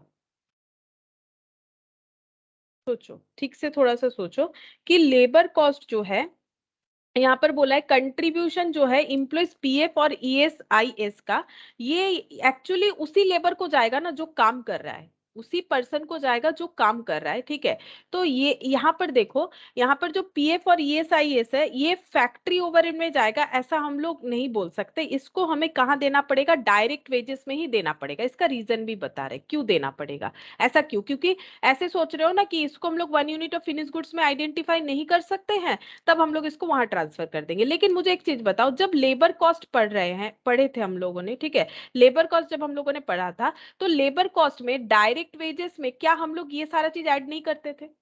जब हम लोग ये कैलकुलेट करते थे कि एक कंपनी का टोटल वेजेस कितना हो रहा है, क्या वेजेस में ये चीज ऐड नहीं होता था, पीएफ ईएसआईएस, या फिर तुम लोग टैक्स भी करते हो तो वहां पर वेजेस में एक पर्सन को कितना दे रहा है, क्या उसमें ऐड नहीं करते हैं। PF ESIS person to person vary करेगा कि नहीं करेगा, यस मैम करेगा। तो वो टोटल वेजेस में आता है कि नहीं आता है, डायरेक्ट वेजेस में ही तो आता है। ठीक है, तो यहाँ पर ये वाला डायरेक्ट वेजेस में ही जाएगा। ठीक है, ये कहां पर जाएगा, डायरेक्ट वेजेस में ही जाएगा, वेजेस से रिलेटेड चीज डायरेक्ट वेजेस में ही जाएगा। ठीक है, ये लिख लो। 5th नंबर पॉइंट, कहीं पर भी अगर तुम लोग को ये पॉइंट मिल जाए तो तुम लोग को उसे डायरेक्ट वेजेस में देना है, ये फैक्ट्री वाला नहीं जाएगा, क्योंकि फैक्ट्री में फैक्ट्री से रिलेटेड जो वर्कर होता है, मतलब फैक्ट्री में क्या आता है, नॉन प्रोडक्टिव जो है उसका आता है। ठीक है, ये हो जाता है हमारा 1 यूनिट फिनिश गुड्स में आइडेंटिफाई कर पा रहे वेजेस को, ये डायरेक्ट वेजेस है, और वेजेस से रिलेटेड पीएफ ईएसआईएस ये सब हम लोग का डायरेक्ट वेजेस में ही आएगा। ठीक है, अच्छा अब देखो नेक्स्ट क्या बोल रहा है, production bonus paid to factory worker, ये कहां पर जाएगा, production bonus paid to factory worker, ये कहां पर जाएगा, देखो फैक्ट्री वर्कर को पे कर रहे हैं। ठीक है, फैक्ट्री वर्कर को अगर हम लोग पे कर रहे हैं तो तुम लोग फिर से सोच सकते हो कि ये फैक्ट्री ओवरहेड में जाएगा, नहीं, तब तो ये वाला भी फैक्ट्री ओवरहेड में जाना चाहिए था, तब तो ये वाला भी फैक्ट्री ओवरहेड में जाना चाहिए था। ये जो बोला हुआ है wages paid to factory worker, अगर wages paid to factory worker ये डायरेक्ट वेजेस है तो उनको दिया गया बोनस क्या होगा, ये सोचो, उनको दिया गया बोनस क्या होगा, डायरेक्ट वेजेज। डायरेक्ट वेजेस ही होगा ना। फैक्ट्री में काम कर रहे हैं तो उसके साथ डायरेक्ट वेजेस का डिफरेंस क्या होता है, डायरेक्ट वेजेस का मतलब होता है जिनका हम लोग, वो तो फैक्ट्री में ही काम करेंगे लेबर, ठीक है, वो लेबर, वो सारे लेबर, मान लो कि कोई हम लोग कैलकुलेटर बना रहे हैं या फिर हम लोग जो है मान लो फर्नीचर कोई चेयर वगैरह बना रहे, तो वो मान लो फैक्ट्री में ही बन रहा है, तो एक चेयर पे एक जो है लेबर कितना खर्चा ले रहा है, तो वो तो फैक्ट्री वर्कर ही हुआ ना, एक चेयर पे उसको कितना पेमेंट कर रहे हैं, ठीक है। या फिर मान लो अगर हम लोगों का कुछ टेक्सटाइल इंडस्ट्री है, या फिर मान लो हम लोग कुछ ड्रेस मटेरियल से ड्रेस बना के बेचते हैं, तो टेलर को जो पेमेंट कर रहे हैं वो भी तो फैक्ट्री में ही काम कर रहा है, लेकिन टेलर को जो पेमेंट कर रहे हैं वो भी फैक्ट्री में काम कर रहा है, फैक्ट्री में जो स्वीपर है वो भी फैक्ट्री में ही काम कर रहा है, लेकिन उनका खर्चा इनडायरेक्ट हुआ ना, इनका तो डायरेक्ट हुआ। तो फैक्ट्री मतलब ही फैक्ट्री ओवरहेड ऐसा मत सोचो, ठीक है। तो wages paid to factory worker मतलब यहाँ पर डायरेक्ट वेजेस का बात बोल रहा है। अब उन्हीं वेजेस को अगर बोनस देंगे तो वो भी डायरेक्ट में जाएगा, और उन्हीं वेजेस को अगर हम लोग क्या देंगे, उन्हीं लेबर को अगर हम लोग पीएफ ईएसआईएस देंगे तो वो भी हम लोग का डायरेक्ट वेजेस का ही पार्ट होना चाहिए। अच्छा, फिर बोला है रॉयल्टी पेड फॉर प्रोडक्शन, इसका मैंने लिखवाया भी था, 3 पॉइंट होता है। यहां पर तुम लोग को क्या लग रहा है, रॉयल्टी पेड फॉर प्रोडक्शन ये एक चांस में पढ़ के क्या लग रहा है, कहाँ जाना चाहिए? बोलो, रॉयल्टी पेड फॉर प्रोडक्शन कहाँ जाना चाहिए? रॉयल्टी पेड फॉर प्रोडक्शन हम लोग अगर पर यूनिट में दिया हुआ रहता है, जैसे देखो मैंने इसीलिए आज ये वाला पीडीएफ ओपन कर रखा है। रॉयल्टी पेड फॉर प्रोडक्शन अगर नंबर ऑफ यूनिट प्रोड्यूस्ड के ऊपर है तो डायरेक्ट मटेरियल में ऐड होगा, यूनिट सोल्ड के ऊपर है तो सेलिंग डिस्ट्रीब्यूशन के ऊपर होगा, अगर लमसम है मतलब नंबर ऑफ यूनिट या नंबर ऑफ यूनिट सोल्ड नहीं बताया है तो फैक्ट्री ओवरहेड में जाएगा। अब बोलो ये पढ़ के क्या लग रहा है, क्योंकि पढ़ के समझना पड़ेगा ना, यहाँ कुछ बोला नहीं है, बोला है कि रॉयल्टी पेड फॉर प्रोडक्शन, यहाँ नहीं बोला है कि पर यूनिट पे, पर सेलिंग यूनिट पे, तो कहाँ जाना चाहिए? फैक्ट्री मैम ओवर डायरेक्ट में। फैक्ट्री ओवरहेड में ही जाना चाहिए, लॉजिकली फैक्ट्री ओवरहेड में ही जाना चाहिए, ठीक है। ये देखो क्यों, क्योंकि हमें ना तो बोला है नंबर ऑफ यूनिट, ना तो बोला है नंबर ऑफ यूनिट प्रोड्यूस्ड, ना तो नंबर ऑफ यूनिट सोल्ड, तो हमें लमसम ही दिख रहा है, ठीक है। तो ये लॉजिकली फैक्ट्री ओवरहेड में ही जाना चाहिए, ठीक है। हाँ बोलो। मैम वहाँ पे लिखा है ना रॉयल्टी पेड फॉर प्रोडक्शन, मतलब प्रोडक्शन पे बेसिस है, तो फिर ये तो डायरेक्ट मटेरियल में जाएगा ना। लेकिन यहाँ क्लैरिटी तो नहीं किया है कि प्रोडक्शन पे तो लमसम भी हो सकता है। देखो प्रोडक्शन में दो तरह का हो सकता है, मान लो मैंने तुमसे कोई इन्वेंशन लिया है और उस इन्वेंशन के लिए हम तुम्हें रॉयल्टी देते हैं और उस टेक्निक को यूज करके हम अपना मोबाइल बना के बेचते हैं, ठीक है। अगर हम ऐसे बोल रहे हैं कि पर मोबाइल, जितना मोबाइल बनाएंगे हर मोबाइल पे 5 रुपए करके तुम्हें रॉयल्टी देंगे, ठीक है, तो ये भी प्रोडक्शन से रिलेटेड हुआ। अगर हम ये बोल रहे हैं हम तुम्हें 5 लाख रुपए का टोटल रॉयल्टी दे दिए, अब मेरा हम जितना भी मोबाइल क्यों ना बनाए, हमें बस 5 लाख ही मुझे तुम्हें देना है और कुछ नहीं देना है, ठीक है। तो ये भी तो प्रोडक्शन हुआ, ये भी प्रोडक्शन हुआ। लेकिन बोलो ये दोनों प्रोडक्शन हुआ कि नहीं? यहाँ पर हम बोल रहे हैं कि हम एक एक मोबाइल बनाए, जितना मोबाइल बनाएंगे उस पे 5-5 रुपए देंगे, तो अगर हम 10,000 मोबाइल बनाएंगे तो 50,000 रुपए देंगे, अगर 1,000 बनाएंगे तो 5,000 देंगे। लेकिन अगर हम ये बोलते हैं कि हम टोटल में 5 लाख दे देंगे तुम्हें, और तुम बोल रहे हो आप 5 लाख दे दीजिए मैम और जितना मन चाहे मोबाइल बनाइए, तो ये भी प्रोडक्शन से ही हुआ। लेकिन ये दोनों में फिर फर्क क्या है, ये पर यूनिट पे हुआ, ये लमसम हुआ। तो हाँ बोलो। डायरेक्ट मटेरियल दूसरा वाला हो गया, फैक्ट्री ओवरहेड हो गया। हाँ, तो ये पर यूनिट पे जब हुआ तब ये हो जाएगा डायरेक्ट वाला, है ना, और जब लमसम हो जाएगा तब ये क्या हो गया, फैक्ट्री ओवरहेड पे हो गया। अब यहाँ पर फिर कौन सा लग रहा है बोलो, यहाँ पर लॉजिकली इसको देख के क्या लग रहा है, फिर क्या होना चाहिए? अगर हम लोग ये सही वाला जो कंसेप्ट है इसके साथ चले तो क्या लग रहा है? लमसम ही तो लग रहा है ना, या तो पर यूनिट का कुछ बोला नहीं है, ये भी प्रोडक्शन है ये भी प्रोडक्शन है, तो ये हो जाएगा फैक्ट्री ओवरहेड, ठीक है। ये फैक्ट्री ओवरहेड में जाना चाहिए, ठीक है, मतलब मैम कोई भी। हाँ बोलो। বলছি যে ফ্যাক্টরি সুইপারের বা ফ্যাক্টরি যে কোনো লেবারের যে ওয়েজেসটা সেটা ফ্যাক্টরি ওভারহেডে যাবে, তাই তো? হ্যাঁ, সেটা ফ্যাক্টরি ওভারহেডে যাবে, যারা ইনডাইরেক্ট লেবার হবে, যেমন ধরো কাউকে রেখেছো ইলেকট্রিসিটি ঠিক করার জন্য, কাউকে রেখেছো মেশিন গুলোকে দেখার জন্য, মেনটেন করার জন্য, কাউকে রেখেছো সুপারভাইজ করার জন্য, এগুলো ফ্যাক্টরি ওভারহেডে যাবে। কিন্তু যারা ডাইরেক্টলি প্রোডাকশনের সাথে রিলেটেড, যে লোকগুলো না এলে তোমার প্রোডাকশনটাই বন্ধ হয়ে যাবে, সেটা তোমার ডাইরেক্ট ওয়েজেসে যাবে। মানে ফ্যাক্টরি লেবারের যে ওয়েজেসটা সেটা ফ্যাক্টরি ওভারহেডে, আর ফ্যাক্টরি লেবারের যে বোনাসটা সেটা কোথায় বললেন? না, ফ্যাক্টরি ওভারহেডের বোনাস হোক বা ওয়েজেস হোক, তোমাকে ওয়েজেসটা আইডেন্টিফাই করতে হবে। ফ্যাক্টরিতে সেটাই তো আমি একটু আগে বলছিলাম, দেখো ফ্যাক্টরিতে ধরো তোমার ধরো ফার্নিচার তৈরির ফ্যাক্টরি আছে, ঠিক আছে, তোমার কার্পেন্টার তো লাগবেই, কার্পেন্টার ছাড়া তো তুমি বানাতে পারবে না ফার্নিচার, তাহলে কার্পেন্টার যে আছে সেও ফ্যাক্টরিতে কাজ করছে, ঠিক আছে, আর ফ্যাক্টরিতে একটা সুপারভাইজারও কাজ করছে। তুমি এবারে আমাকে বলো কি কার্পেন্টারকে তুমি যে পেমেন্টটা দিচ্ছ সে ধরো পার চেয়ার বেসিসে নিচে বা পার বেঞ্চ বেসিসে নিচে যে জিনিসটাই না তৈরি করছে, সোফা হতে পারে, যে কোনো রকম ফার্নিচার, তাহলে এটা ডাইরেক্ট না এটা ডাইরেক্ট, না এটা ইনডাইরেক্ট, না এটা ইনডাইরেক্ট, কোনটা ডাইরেক্ট কোনটা ইনডাইরেক্ট? একেও তো টাকা দিচ্ছ একেও টাকা দিচ্ছ, কিন্তু এদের মধ্যে একটা ডাইরেক্ট একটা ইনডাইরেক্ট, কোনটা ডাইরেক্ট কোনটা ইনডাইরেক্ট? এও তো ফ্যাক্টরির মধ্যেই কাজ। কার্পেন্টার ডাইরেক্ট হ্যাঁ হবে না। হ্যাঁ, কারণ এর এর পার ইউনিটে খুঁজে বের করতে পারবে, এর খুঁজে বের করতে পারবে না। তো যদি ফ্যাক্টরি ওয়ার্কার হয়, ঠিক আছে, এরকম ভাবে যদি ফ্যাক্টরি ওয়ার্কার বলে দেয় না, তার মানে ওটা ডাইরেক্ট লেবারের কথাই বলছে। আর বাকিদেরকে দেখবে নামটা দিয়ে দেবে, সুপারভাইজার বা অন্য কিছু, ঠিক আছে, নামটা দিয়ে দেবে তো তার নর্মালি মানে যখন। বোনাসটাও হ্যাঁ বলো, ওই কথাটা কেটে গেল। বোনাসটা মানে সেম ভাবেই হবে। হ্যাঁ সেই জন্য production bonus paid to factory worker. হুম। अच्छा, अब देखो हम लोग कहाँ पर पढ़ रहे थे, royalty paid to product paid for production, इसका देखो यहाँ पर पढ़ के बिल्कुल लग रहा है कि ये फैक्ट्री ओवरहेड ही होगा, ठीक है। अच्छा, अब नेक्स्ट बोला है amount paid for power and fuel, बोलो ये कहाँ पर जाना चाहिए? Amount paid for power and fuel ये कहाँ पर जाना चाहिए? पावर फ्यूल का काम कहाँ होगा बोलो?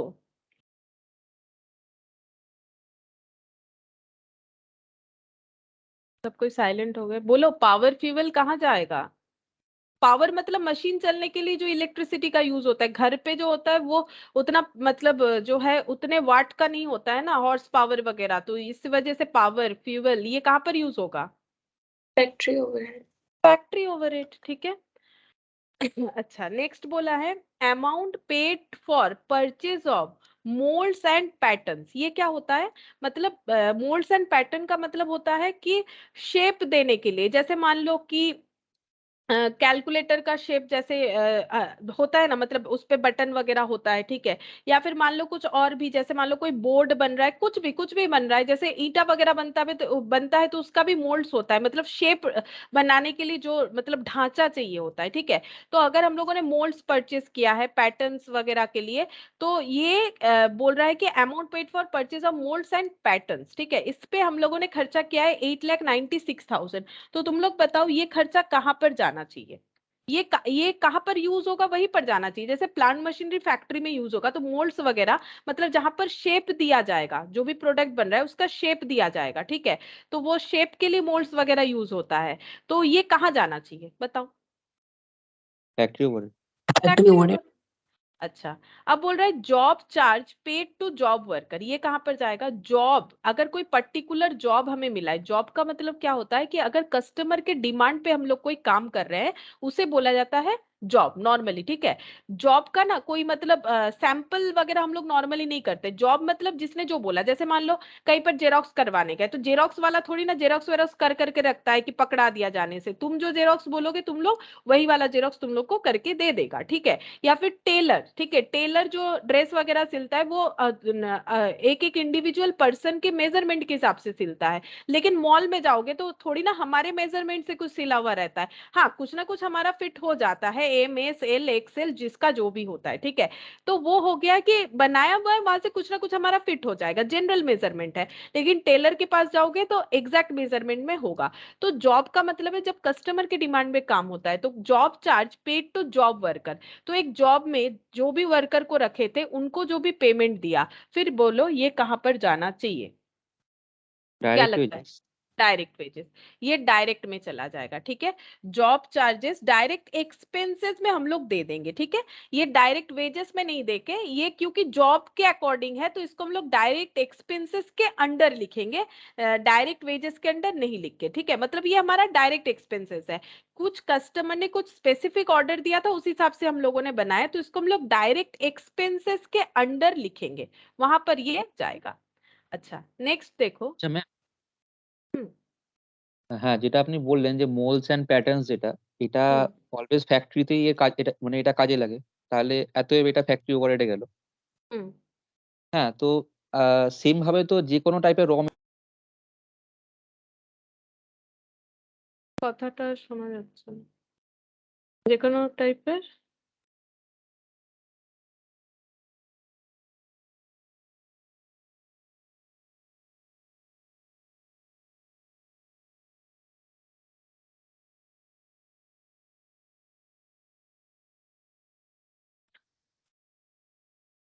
अच्छा, शायद कोई नेटवर्क इशू हो गया होगा। ठीक है, देखो जॉब चार्ज पेड टू ये हुआ।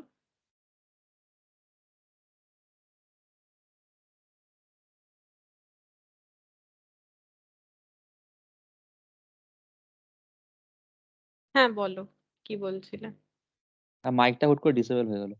হুম হ্যাঁ হুম বলছিলাম যে হ্যাঁ তো হ্যাঁ যে কোনো টাইপের ধরুন কোনো প্যাটার্ন বা যা আছে সেটা তো ফ্যাক্টরিতে কাজে লাগে, এতই সেটা ফ্যাক্টরি ওভারহেডে গেল, তাহলে তো যে কোনো র মেটেরিয়াল সেটাও তো ফ্যাক্টরিতেই সেটাকে প্রোডাক্ট মানে সেটাকে কাজে লাগে সেই ওই র মেটেরিয়াল গুলো, তাহলে সেখানে তো একটা কনফিউশন চলে হয়, তখন কোনটা সেখানে কি ফ্যাক্টরিতে করে যাবে বা কি করে কনফিউশন এলো? তুমি আগে সবার আগে বলো কি তাহলে ডাইরেক্ট এক্সপেন্স কোনটা? আমি তো তোমাকে সেটাই বোঝালাম কি একটা শার্ট বানাতে গিয়ে এক কাপড়ও লাগছে, শার্ট বানাতে গিয়ে বোতামও লাগছে, শার্ট বানাতে গিয়ে সুতোও লাগছে, তাহলে সবকটাই তো র মেটেরিয়াল। তাহলে তোমাকে বেসিকটা একবার দেখতে হবে। র মেটেরিয়াল তাহলে আমার সবকটাই সাবস্টেন্স। একটা শার্ট বানাবার জন্য যেমন কাপড়টা র মেটেরিয়াল, সুতোটাও র মেটেরিয়াল, ওতে লাগানো বোতামটাও র মেটেরিয়াল, কিন্তু কোনটা ডাইরেক্ট র মেটেরিয়াল কোনটা ইনডাইরেক্ট, তাহলে সেটাই তো ডিফারেন্স। যেরকম আমি বললাম কি লেবারেরটা, যে তোমার কার্পেন্টার সে কিন্তু ডাইরেক্ট, সেও একটা হিউম্যান বিং যে কাজ করছে, যে সুপারভাইজার সেও একটা হিউম্যান বিং কাজ করছে, তাহলে ও ডাইরেক্ট ইনডাইরেক্ট কেন? কারণ ডাইরেক্ট ইনডাইরেক্টের ডেফিনেশনই কি বলে? তাহলে কনফিউশন কেন হবে? ডাইরেক্ট মানেই হচ্ছে যেটার খরচা আমি পার ইউনিটে বের করতে পারবো, সুপারভাইজারের খরচা তো আমি পার ইউনিটে বের করতে পারবো না।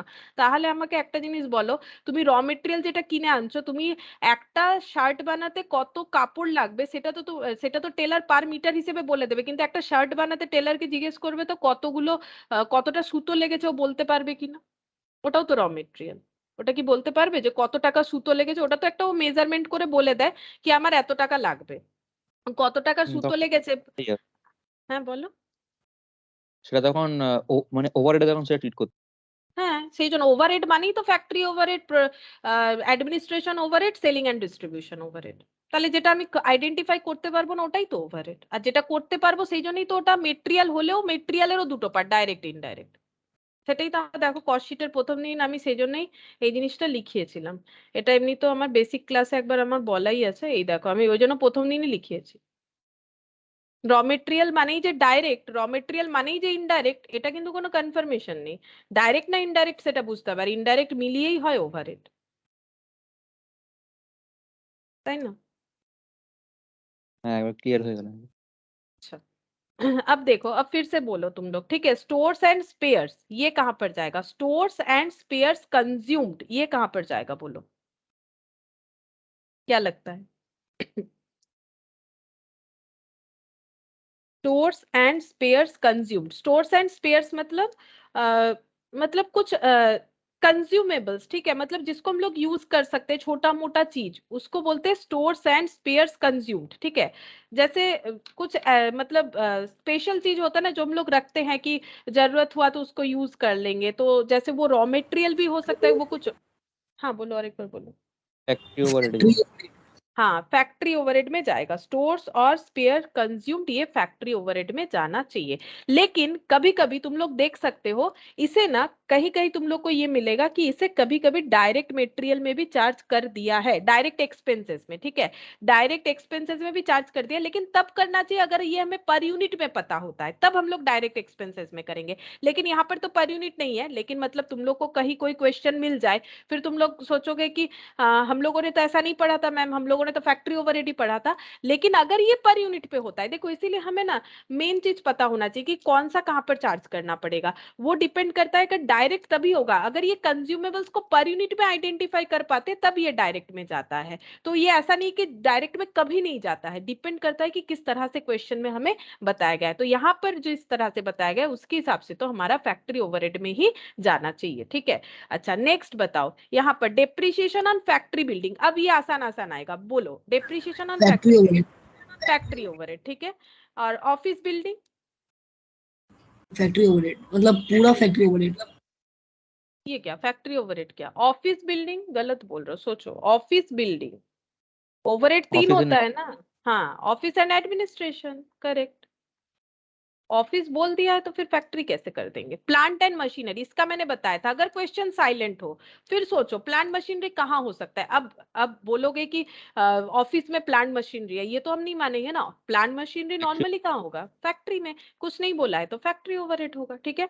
डिलीवरी व्हीकल्स ये कहाँ जाएगा? Selling distribution.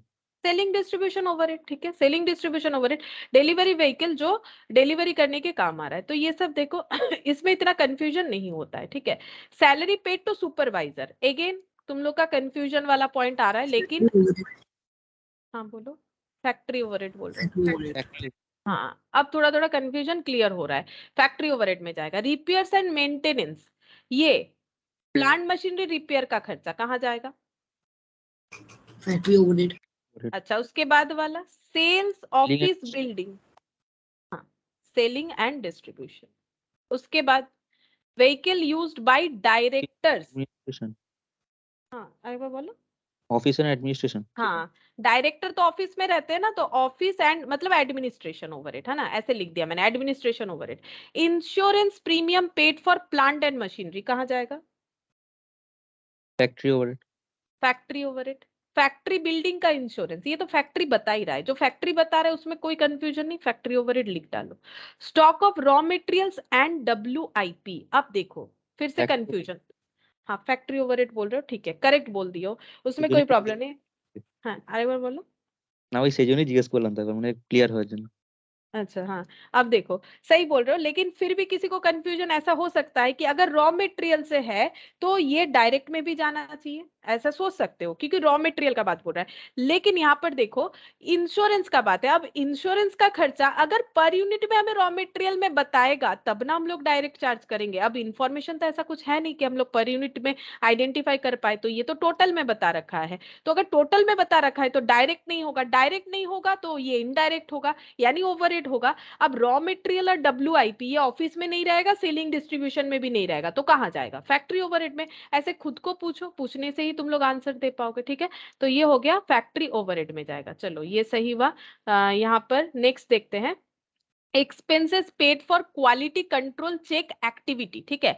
इसके बारे में मैंने तुम लोग को पहले नहीं बताया है। क्वालिटी, ये देखो ये पढ़ने से समझ में आता है, क्वालिटी कंट्रोल जो है मतलब वो चेक किया जाता है कि क्वालिटी जो प्रोडक्ट हम लोग प्रोड्यूस करें उसका क्वालिटी सही है कि नहीं है, तो उसका एक प्रोसेस होता है, तो उस पर खर्चा हो सकता है, खर्चा होगा, किसी को हम लोगों ने रखा, वो क्वालिटी चेक किए, या फिर उसके लिए कुछ इंस्ट्रूमेंट है, कुछ टेक्निक है, कुछ भी है, तो इसका खर्चा हुआ है। तो तुम लोग को क्या लगता है ये खर्चा कहाँ देना चाहिए, ये खर्चा कहाँ जाना चाहिए?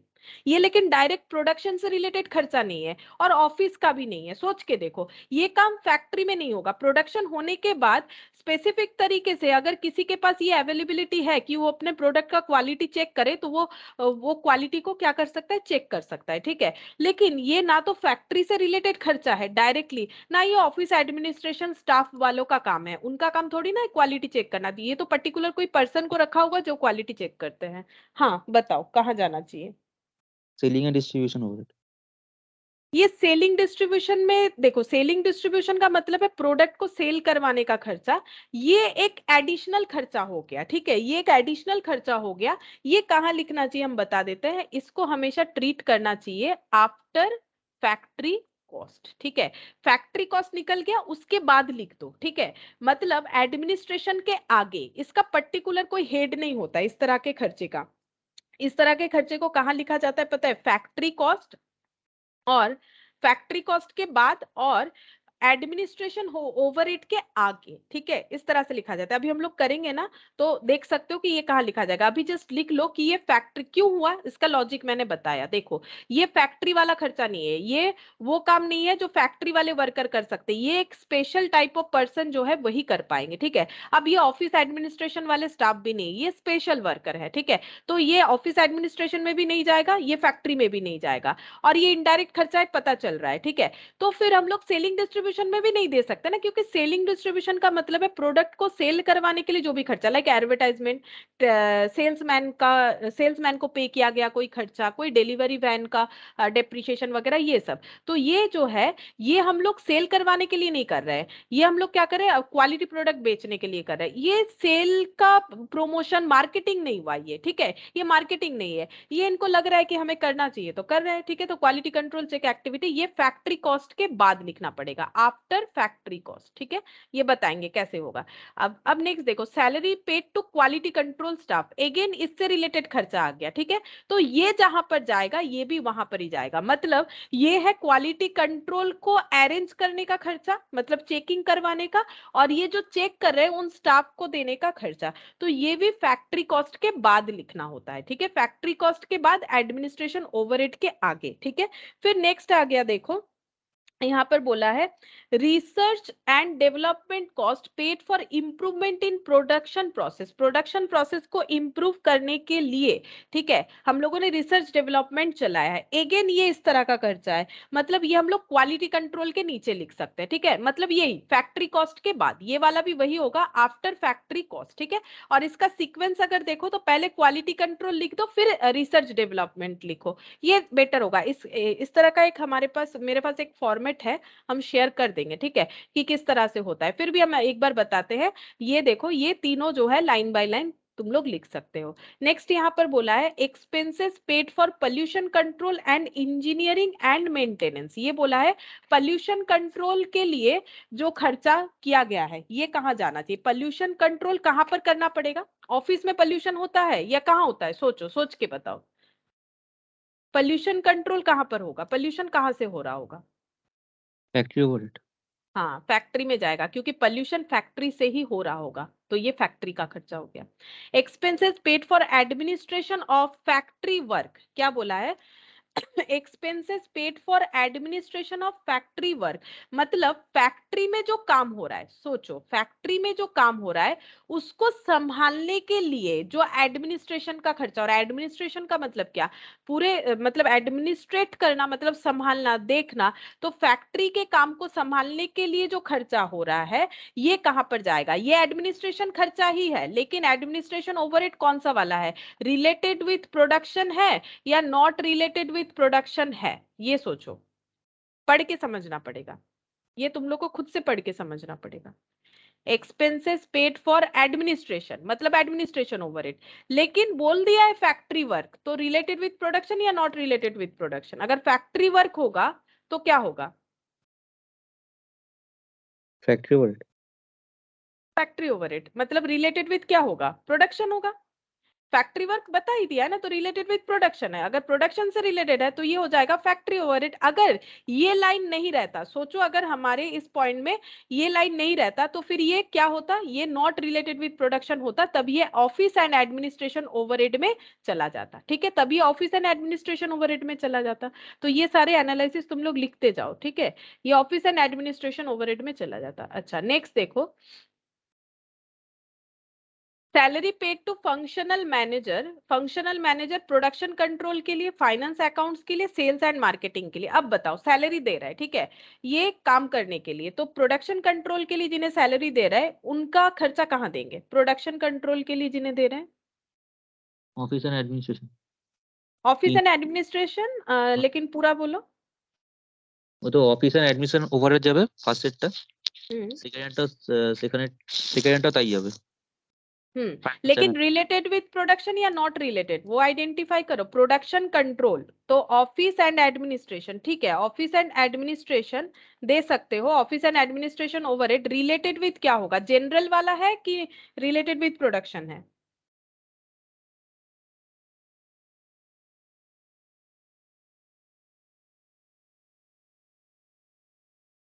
प्रोडक्शन का, हाँ रिलेटेड विथ प्रोडक्शन होगा ना, प्रोडक्शन कंट्रोल है तो रिलेटेड विथ प्रोडक्शन होगा।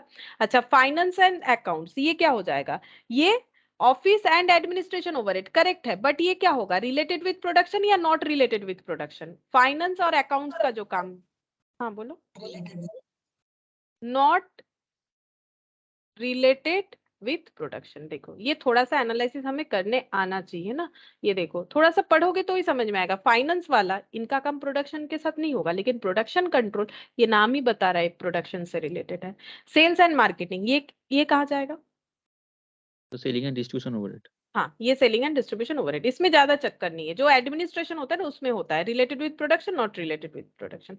Salary paid to general manager बता ही दिया है, salary paid to general manager बोलो ये कहां पर जाएगा, मैनेजर कहाँ रहते हैं? ऑफिस में, करेक्ट, ऑफिस एंड एडमिनिस्ट्रेशन। लेकिन क्या होगा, मुझे पूरा आंसर चाहिए, रिलेटेड विद प्रोडक्शन या not related with? Not related to production. Not related with production, क्योंकि जनरल मैनेजर है, इनका प्रोडक्शन से कोई काम नहीं होगा। Packing cost paid for primary packing necessary to maintain quality for redistribution of finished goods. तो दो तरह का पैकिंग बोल रखा है, ठीक है, प्राइमरी और ये ना सेकेंडरी हो गया। रीडिस्ट्रीब्यूशन ऑफ फिनिश्ड गुड्स, ये रीडिस्ट्रीब्यूट करने के लिए हम लोगों ने पैकेजिंग दिया है, और ये क्वालिटी मेंटेन करने के लिए पैकेजिंग दिया है। दो तरह का पैकेजिंग, ठीक है। क्वालिटी मेंटेन करने के लिए जो पैकेजिंग है उसका जो है प्रायोरिटी सबसे ज्यादा होता है, तो इसीलिए हम लोग बोलेंगे प्राइमरी पैकिंग। और जिसमें क्वालिटी मेंटेन का बात नहीं है, रीडिस्ट्रीब्यूशन के लिए कर रहे हैं, तो वो हो गया सेकेंडरी पैकिंग, ठीक है। अब ये कहां पर जाएगा, प्राइमरी पैकिंग कहां पर जाएगा? Factory overhead. अच्छा, और ये सेकेंडरी पैकिंग बोलो। Selling selling and distribution. देखो मैंने लिखवाया था, एक बार दिखाते हैं।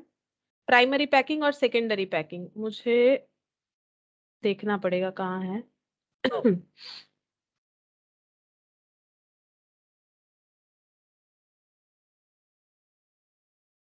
प्राइमरी पैकिंग और सेकेंडरी पैकिंग मैंने लिखवाया तो था। ऑयल मोटिव डेप्रिसिएशन, वेजेस, वहां से एक बार दिखाना था मुझे कितने नंबर पॉइंट पे है। पैकिंग तो लिखवाया था मुझे जितना याद आ रहा है। चलो कोई बात। हाँ बोलो, कौन नंबर? 40 नंबर पॉइंट पे 40 व 40 से जोड़ दूंगा। 40, हाँ, cost of packing of finish goods. हाँ, 39 लिखा है। हाँ, ये देखो, cost of packing of raw material, direct raw material में जाएगा, ठीक है।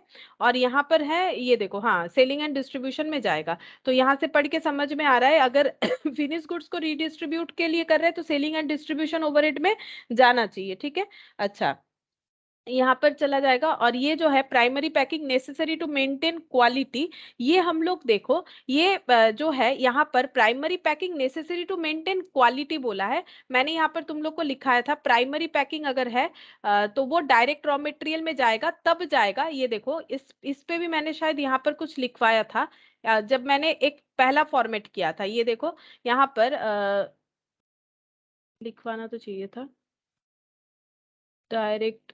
ये देखो, purchase including expenses like carriage inward, freight inward, और लेस कर दिया था sale of scrap of package. मतलब अगर रॉ मटेरियल पैकेजिंग होके आया, फिर हम लोगों ने उस पैकेज को बेच दिया, बेच के अगर कुछ स्क्रैप रिकवर किया, तो वो हो जाएगा हमारा रिकवरी उस कॉस्ट पे। जैसे मान लो कि जैसे होता है ना कि आज के डेट पे जो है पॉलिथीन का यूज कम हो रहा है, तो देख सकते हो तुम लोग कार्डबोर्ड वगैरह जो है उस पे चीज आता है, तो कभी कभी वहां लिखा हुआ भी रहता है कि आप इसे अगर रिटर्न कर दोगे, रिसाइकिल कर दोगे, तो ये ऑफर है, वो ऑफर है, ऐसा भी होता है। और अगर हम लोग चाहे तो खुद से भी हम लोग क्या कर सकते हैं, उसे स्क्रैप पे बेच सकते हैं, तो हम लोग अपना कॉस्ट को इस तरह से रिड्यूस कर सकते हैं। तो फैक्ट्री में ये सारा चीज हो सकता है। अब यहाँ पर बोला है कि ये क्वालिटी कंट्रोल के लिए किया गया है। अब क्वालिटी कंट्रोल के लिए किया गया है, तो इसको हम लोग ना दो जगह दे सकते हैं। कहां पर दे सकते हैं? एक तो जैसे हम लोग डायरेक्ट एक्सपेंसेस में दे सकते हैं, मतलब रॉ मटेरियल में। अब देखो, ये क्या रॉ मटेरियल से रिलेटेड हुआ? हाँ, पहला क्वेश्चन, क्या ये रॉ मटेरियल से रिलेटेड हुआ? ये हो गया क्वालिटी कंट्रोल। तो क्वालिटी कंट्रोल किस चीज का करना है, फिनिश गुड्स का करना है कि रॉ मटेरियल का करना है, ये बोलो पहले। मतलब ये पैकेजिंग कब होगा, प्रोडक्शन होने के बाद या प्रोडक्शन होने के पहले? ये सोचो पहले, लैंग्वेज पढ़ना पड़ेगा। होने से पहले, प्रोडक्शन होने के पहले होगा, फिनिश गुड्स से होने के बाद। फिर हाँ, प्रोडक्शन होने के बाद होगा ना, क्योंकि क्वालिटी कंट्रोल किस चीज का करेंगे, अपने प्रोड्यूस्ड गुड्स का करेंगे। तो इसका मतलब ये टास्क हम लोग कब कर रहे हैं, ये टास्क हम लोग परफॉर्म कर रहे हैं फैक्ट्री में प्रोडक्शन हो जाने के बाद, ठीक है, फैक्ट्री में प्रोडक्शन हो जाने के बाद कर रहे हैं। तो इसका मतलब ये डायरेक्ट में फिर हम लोग नहीं दे सकते, क्योंकि यहाँ पर packaging not related with raw material, packaging related with quality बोला है।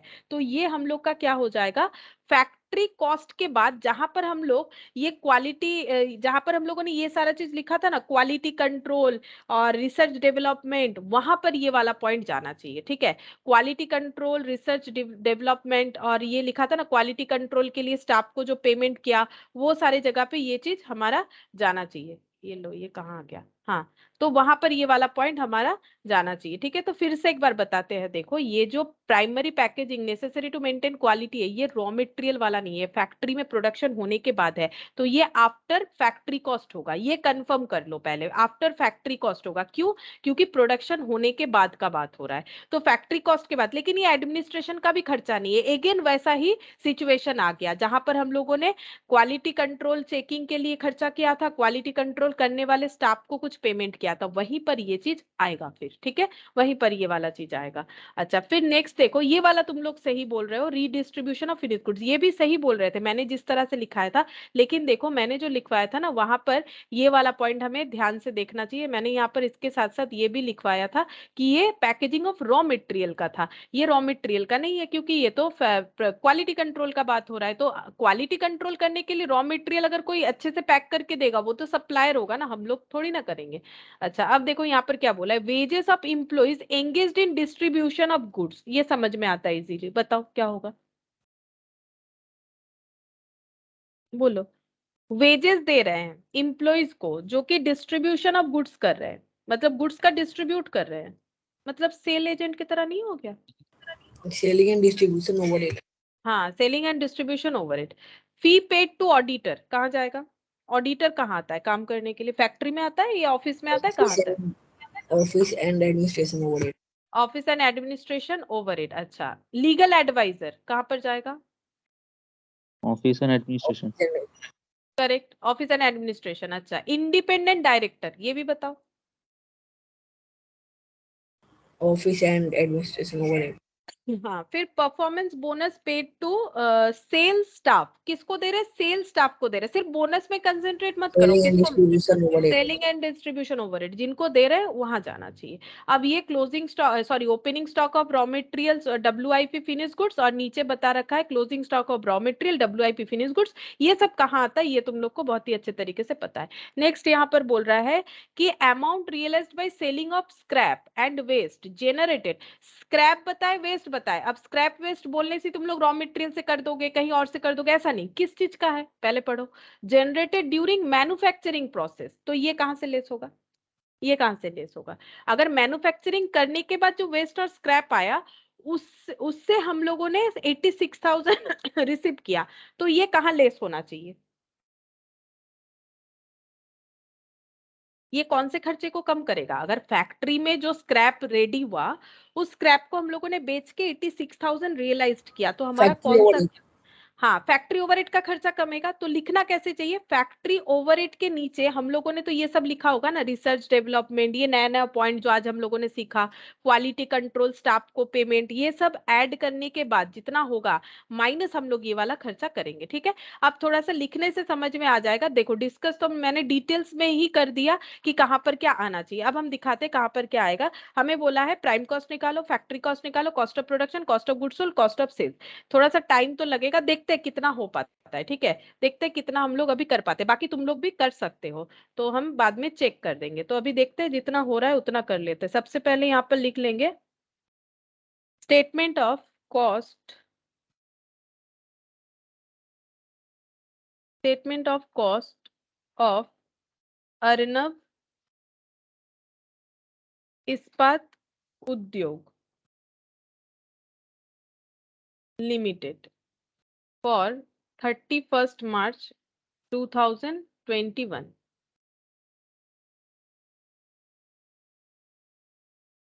दो कॉलम कर लेते, दो कॉलम चाहिएगा हमें अमाउंट का, क्योंकि एक चीज पे अलग अलग डिस्ट्रीब्यूशन है। तो पर्टिकुलर्स, अमाउंट, अमाउंट। तो सबसे पहले लिखते हैं रॉ मटेरियल परचेज। ठीक है, रॉ मटेरियल परचेज, तो रॉ मटेरियल परचेज में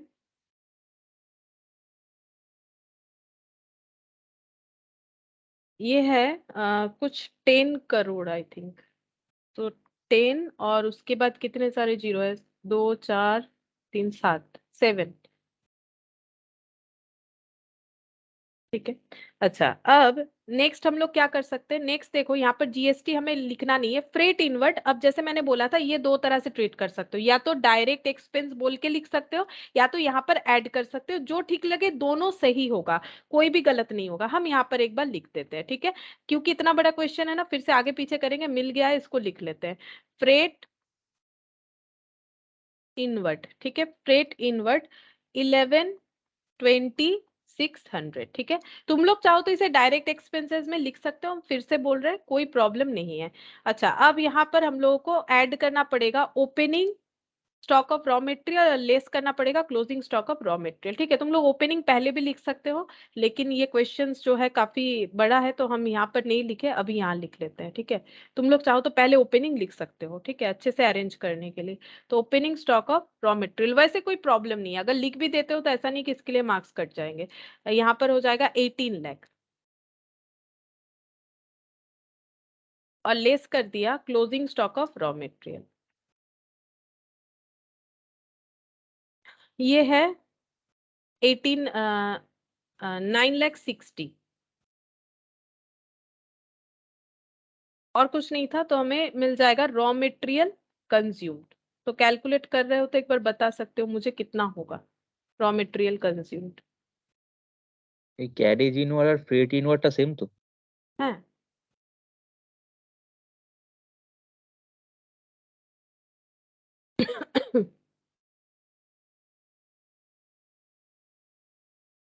अच्छा, बोलो, अगर टोटल किया हो तो एक बार बता सकते हो कितना आ रहा है? काफी बड़ा बड़ा डिजिट है। Plus 11,20,600 plus 18,000,000 minus 96 ma'am 101960,600। 101960,600 power है।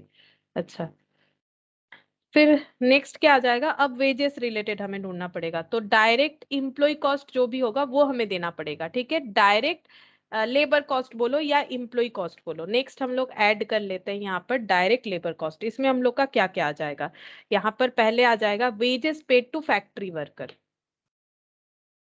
Wages paid to factory worker, ये है हम लोग का 29,20,000, 29,20,000। अब इनको जो भी दिया जाएगा वो सब डायरेक्ट वेजेस में ही आएगा, जैसे कि ये देखो इम्प्लॉय कॉस्ट है ना, तो ये बोला है कि पीएफ ईएसआईएस। ठीक है, तो यहाँ पर ऐड कर देते हैं PF and ईएसआईएस।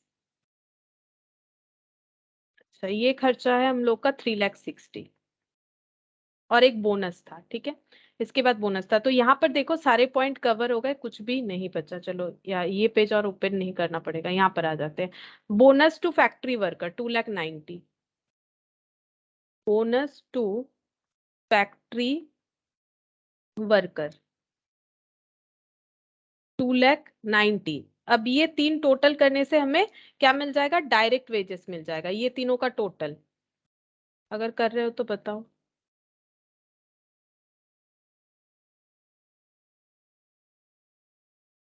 2,920 plus 3,60,000 plus, ma'am हाँ 3,35,70,000। 35 ले, देखो मेरा क्या क्या आ गया, 35,70,000। अच्छा, अब नेक्स्ट हम लोग डायरेक्ट एक्सपेंसेस को लेंगे। ठीक है, डायरेक्ट एक्सपेंस तुम लोग चाहो तो इसके ऊपर हेडिंग कर सकते हो। यहाँ पर ये तो रॉ मटेरियल कंज्यूम्ड मेरा हो गया, यहाँ पर लिख सकते हो डायरेक्ट एम्प्लॉय कॉस्ट या फिर वेजेस। ठीक है, और यहाँ नेक्स्ट हेडिंग कर सकते हो डायरेक्ट एक्सपेंस, क्योंकि एक चीज के अंडर बहुत सारा चीज है ना, मतलब उसमें बाइफरकेशंस है, तो ऐसे करके हेडिंग कर सकते हो डायरेक्ट एक्सपेंसेस। अब डायरेक्ट एक्सपेंसेस में क्या लिखेंगे? अच्छा, अब देखो यहाँ पर जो मैंने बोला रॉयल्टी, मैंने तुम लोग को बोला कि ये पढ़ के क्या लग रहा है, रॉयल्टी पेड फॉर प्रोडक्शन, ये पढ़ के तुम लोग को लग रहा है कि, मैंने भी बताया लॉजिकली यही है कि ये फैक्ट्री ओवरहेड ही लग रहा है। ठीक है, लेकिन ये क्वेश्चन जो है मैंने ये सीए के मैथ से लिया है। ठीक है, तो सीए के मैट में जो सोल्यूशन है उसके हिसाब से इसे डायरेक्ट में लिया गया है।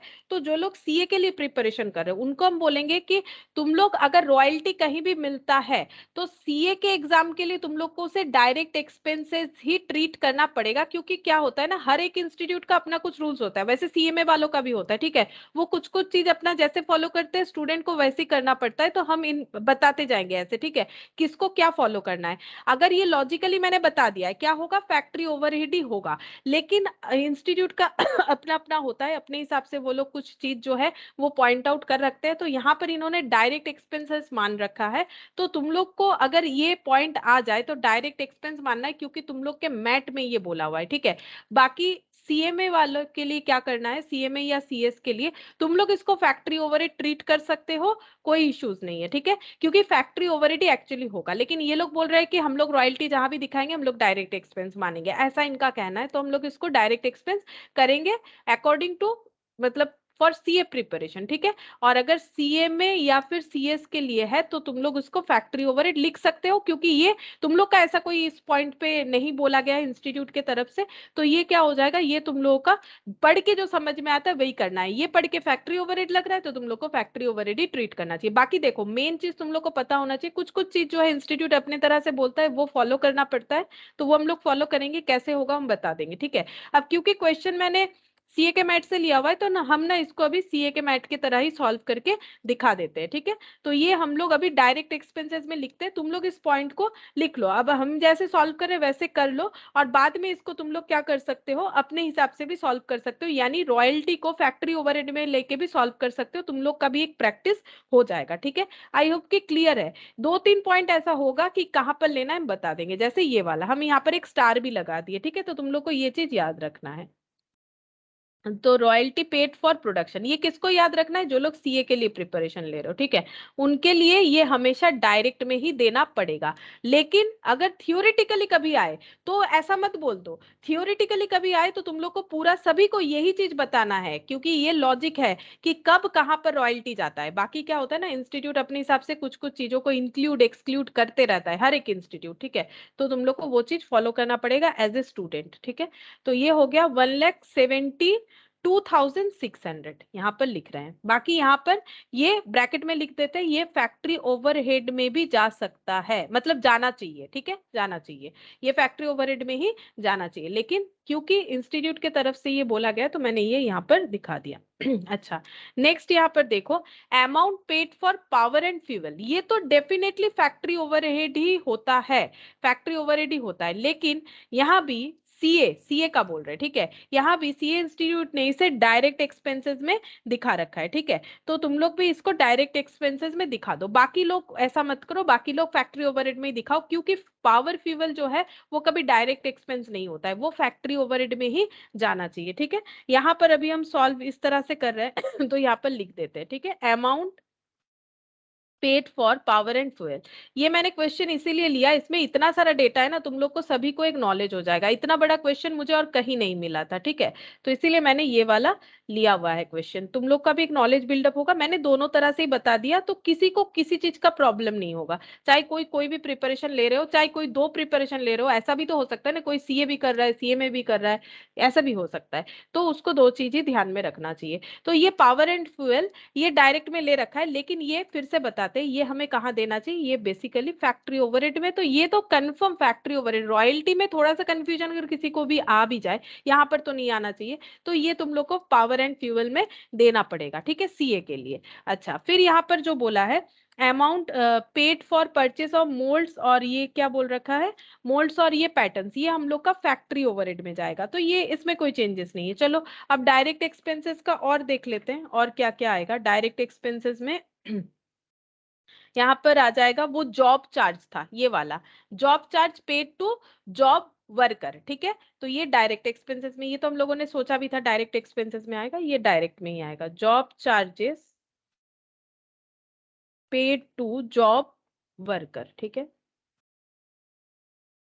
8,12,000।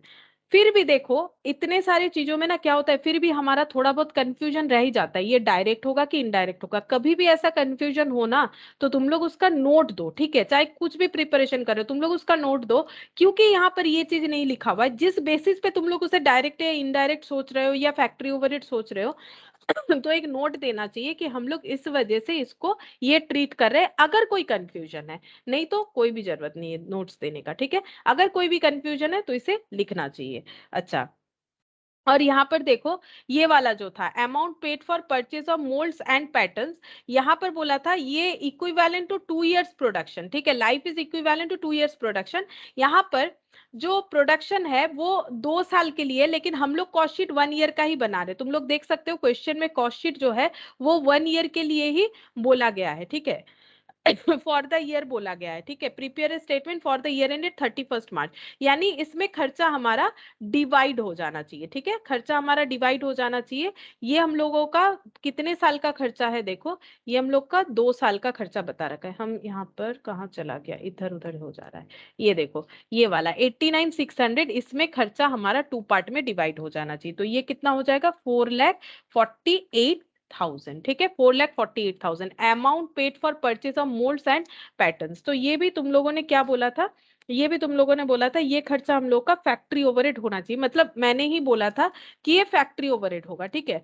मोल्ड्स और पैटर्न का ये फैक्ट्री ओवरहेड में ही जाना चाहिए, लेकिन अगेन सीए इंस्टीट्यूट ने इसे कहाँ दिखाया है, डायरेक्ट एक्सपेंसेस में दिखाया है। तो ये कुछ 3-4 पॉइंट है जो हम स्टार लगवा रहे हैं, वो किसको याद रखना है, सिर्फ सीए के लिए जो प्रिपरेशन ले रहे हो उनको याद रखना है कि कहाँ पर जाएगा। जिसपे हम स्टार लगा दे रहे हैं उससे ब्रैकेट में ऐसे लिख दे रहे हैं, ठीक है। ये ब्रैकेट वाला तुम लोग को फॉलो नहीं कर रहा है, तुम लोग के लिए तो हम इस तरह से सॉल्व करके दे रहे हैं, और ये बाकी लोग फैक्ट्री ओवरहेड में चार्ज कर सकते हो, ठीक है, मतलब फैक्ट्री ओवरहेड में ही चार्ज करना चाहिए क्योंकि लॉजिकली वही होता है, ठीक है। यहाँ पर लिख रहे हैं cost of moulds and patterns, ठीक है, ये भी फैक्ट्री ओवरहेड में जाएगा। ये देखो हम ब्रैकेट में लिख देते हैं, ये फैक्ट्री ओवरहेड में ही जाना चाहिए, लेकिन इंस्टीट्यूट के हिसाब से चल रहे थोड़ा सा, सीए इंस्टीट्यूट ने बोला यहाँ दिखाने के लिए, तो इसलिए मैंने इसको यहाँ दिखाया है, ठीक है।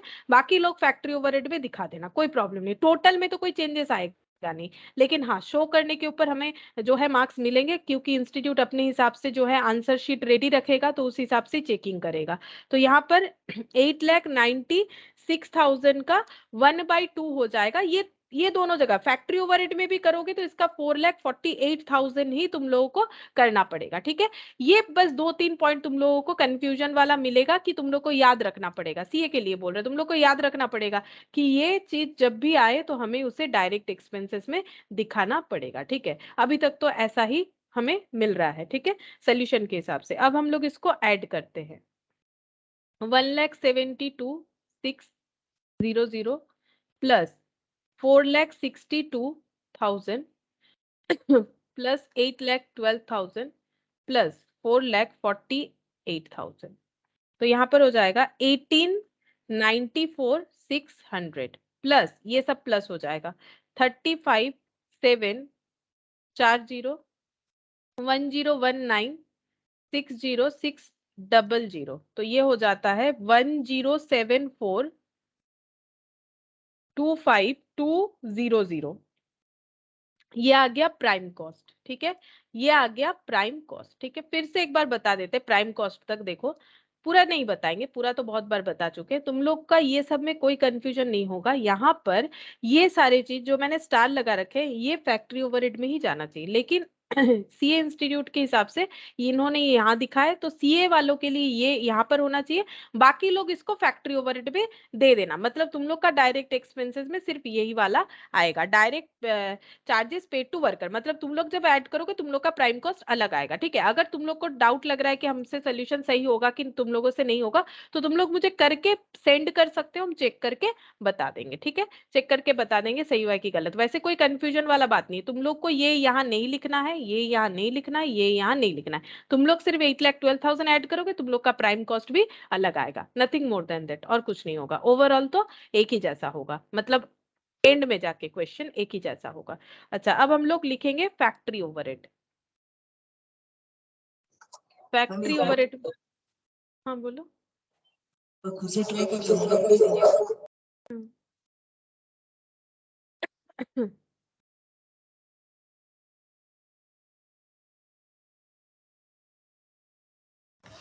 मैम इसको एक बार खुद से ट्राई कर ले, हम्म? इसको होमवर्क दे दे, मैं खुद से ट्राई कर लेंगे। कर लो, हम तो फैक्ट्री ओवरहेड करवा के हम भी छोड़ देंगे, इससे ज्यादा नहीं करवाएंगे। फैक्ट्री ओवरहेड लिखवा देते हैं, उसके बाद पूरा तो नहीं हो पाएगा, काफी टाइम लगेगा। अच्छा, फैक्ट्री ओवरहेड में देखो, फैक्ट्री ओवरहेड फटाफट बताओ क्या क्या होगा। फैक्ट्री ओवरहेड में सबसे पहले आ जाएगा हम लोगों का ये वाला डेप्रिसिएशन ऑन फैक्ट्री बिल्डिंग जो दिख रहा है मुझे, डेप्रिसिएशन ऑन फैक्ट्री बिल्डिंग, ठीक है। ये कितना है 84,000। बस फैक्ट्री ओवरहेड तक ही करवाएंगे, बाकी तुम लोग खुद करना, ठीक है। अच्छा, और क्या आएगा बताओ, अपने कॉपी में नोट किया है तो फटाफट बताओ और क्या आएगा। डेप्रिसिएशन और भी था ना प्लांट मशीनरी प्लांट पे, and machinery, depreciation on plant and machinery बताओ कितना था depreciation on plant and machinery, 1,26,000। अच्छा, और क्या आएगा, रिपेयर्स था ना, repairs on plant and machinery है ना, 48,000। Repairs on plant and machinery 48,000। और क्या है, तीन और भी मिलेगा, इंश्योरेंस प्लांट एंड मशीनरी पे 31,200। Insurance on plant and machinery ये कितना था 31,200, ठीक है। अच्छा, और क्या होगा, और क्या होगा, insurance on plant and machinery, factory building पे भी इंश्योरेंस था, ये देखो 18,100, 18,100 इंश्योरेंस ऑन फैक्ट्री बिल्डिंग, ठीक है, इंश्योरेंस ऑन फैक्ट्री बिल्डिंग। अच्छा, और क्या आ जाएगा कितना सारा डेटा आया यहाँ पर। और एक इंश्योरेंस था, insurance on stock of raw material and WIP, ये वाला भी हम लोगों ने बोला फैक्ट्री ओवरहेड में आएगा। Insurance on stock of raw material and WIP, ये सब में कोई कंफ्यूजन नहीं, बस वो 2-3 पॉइंट में ही कंफ्यूजन था। मतलब कंफ्यूजन तुम लोग का ऐसा होगा किसको लिखना है नहीं लिखना है, मैंने 2 बार बता दिया, ठीक है। बाकी सब देखो, सबको एक ही जैसा लिखना है, किसी को अलग लिखना नहीं है। अच्छा, और क्या आ जाएगा, और आ जाएगा हम लोगों का सैलरी पेड टू सुपरवाइजर था, ये देखो ये वाला सैलरी पेड टू सुपरवाइजर 1,26,000, ये भी आ जाएगा। Salary paid to supervisor 1,26,000। और कुछ बच रहा है क्या, चेक करते हैं। देखो हम लोगों ने लाइन बाय लाइन कहाँ तक लिखा, स्टोर्स एंड, हाँ स्टोर्स एंड स्पेयर्स कंज्यूम्ड, ये वाला भी आएगा ना, stores and spheres consumed 1,12,000, stores and spheres 1,12,000, ठीक है, ये वाला भी आएगा।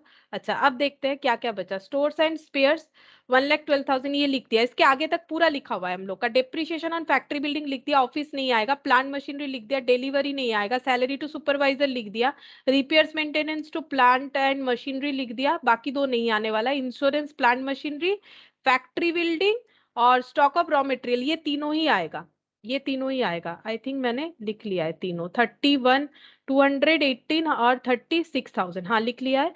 अच्छा और अब और कुछ नहीं आएगा, अब ये सब टोटल और ऐड करेंगे।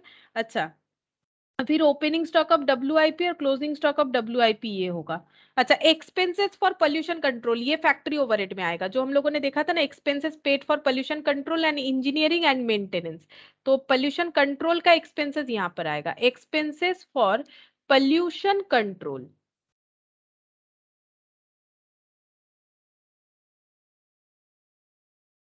ये आ जाएगा 26,600, ये आ जाएगा ग्रॉस फैक्ट्री कॉस्ट। एक बार टोटल करके बता दो, बस इतना ही करेंगे, आगे का तुम लोग ट्राई करना, ठीक है, सब तो बता ही दिया है। इसका टोटल एक बार बता दो कितना होगा, 84,000,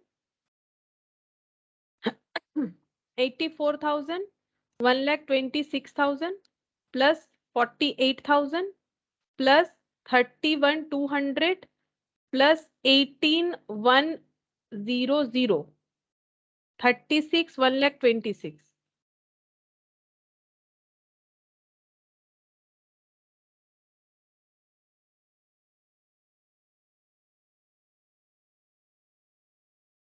6079, हाँ ठीक है, ठीक है, आंसर के साथ मेरा मैच हो गया है, ग्रॉस फैक्ट्री कॉस्ट 607900 और वहां पर ये वाले वैल्यूज के साथ ऐड हो जाएगा 10742520 10742520 ये आ जाता है 108033 100, ठीक है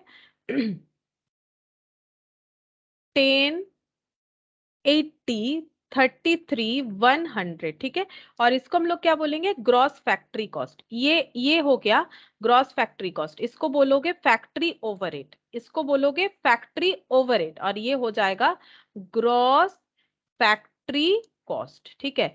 देखो ये लिखने में इतना ज्यादा है, बाकी एक बार समझ में आ जाए तो कोई प्रॉब्लम नहीं, लेकिन इतना हम बता सकते हैं कि ये कभी भी पूरा क्वेश्चन डायरेक्ट कभी नहीं आएगा, किसी का भी नहीं आ सकता है, क्योंकि इतना लेंदी क्वेश्चन 10 मार्क्स का होता है, 10 मार्क्स का थोड़ी ना इतना सारा चीज आएगा, ठीक है। और एमसीक्यू पे तो इतना बड़ा क्वेश्चन आ ही नहीं सकता, लेकिन जस्ट फॉर नॉलेज कि अगर कोई भी पॉइंट कहीं पर भी आ जाए तो इस क्वेश्चन से हम लोग जो है इस चीज को आइडेंटिफाई कर सकते हैं कि कहाँ पर क्या डिटेल्स जाना चाहिए। तो इस पे बहुत सारा पॉइंट हमें मिल रहा है, ठीक है। अब तुम लोग का टास्क रहेगा, इसके बाद तुम लोग लेकिन ऑफिस एडमिनिस्ट्रेशन लिखना स्टार्ट मत कर देना। इसके बाद तुम लोग को क्वालिटी कंट्रोल कॉस्ट लिखना पड़ेगा, जैसे कि चेक, जो क्वालिटी कंट्रोल चेक का खर्चा था, salary paid to quality control staff, research development, ये सब लिखने के बाद तुम लोग को एडमिनिस्ट्रेशन का खर्चा लिखना पड़ेगा जो रिलेटेड विथ फैक्ट्री होगा। फिर उसके बाद तुम लोग को बाकी चीज लिखना पड़ेगा, ठीक है। हम ज्यादा नहीं बोल रहे, तुम लोग ट्राई करना, ठीक है। अगर हो तो ठीक है, नहीं तो नेक्स्ट दिन तो बताएंगे तो जरूर, ठीक है। ये कंप्लीट करके ही फिर हम लोग नेक्स्ट चैप्टर स्टार्ट करेंगे, ठीक है। फिर आज इतना ही करते हैं।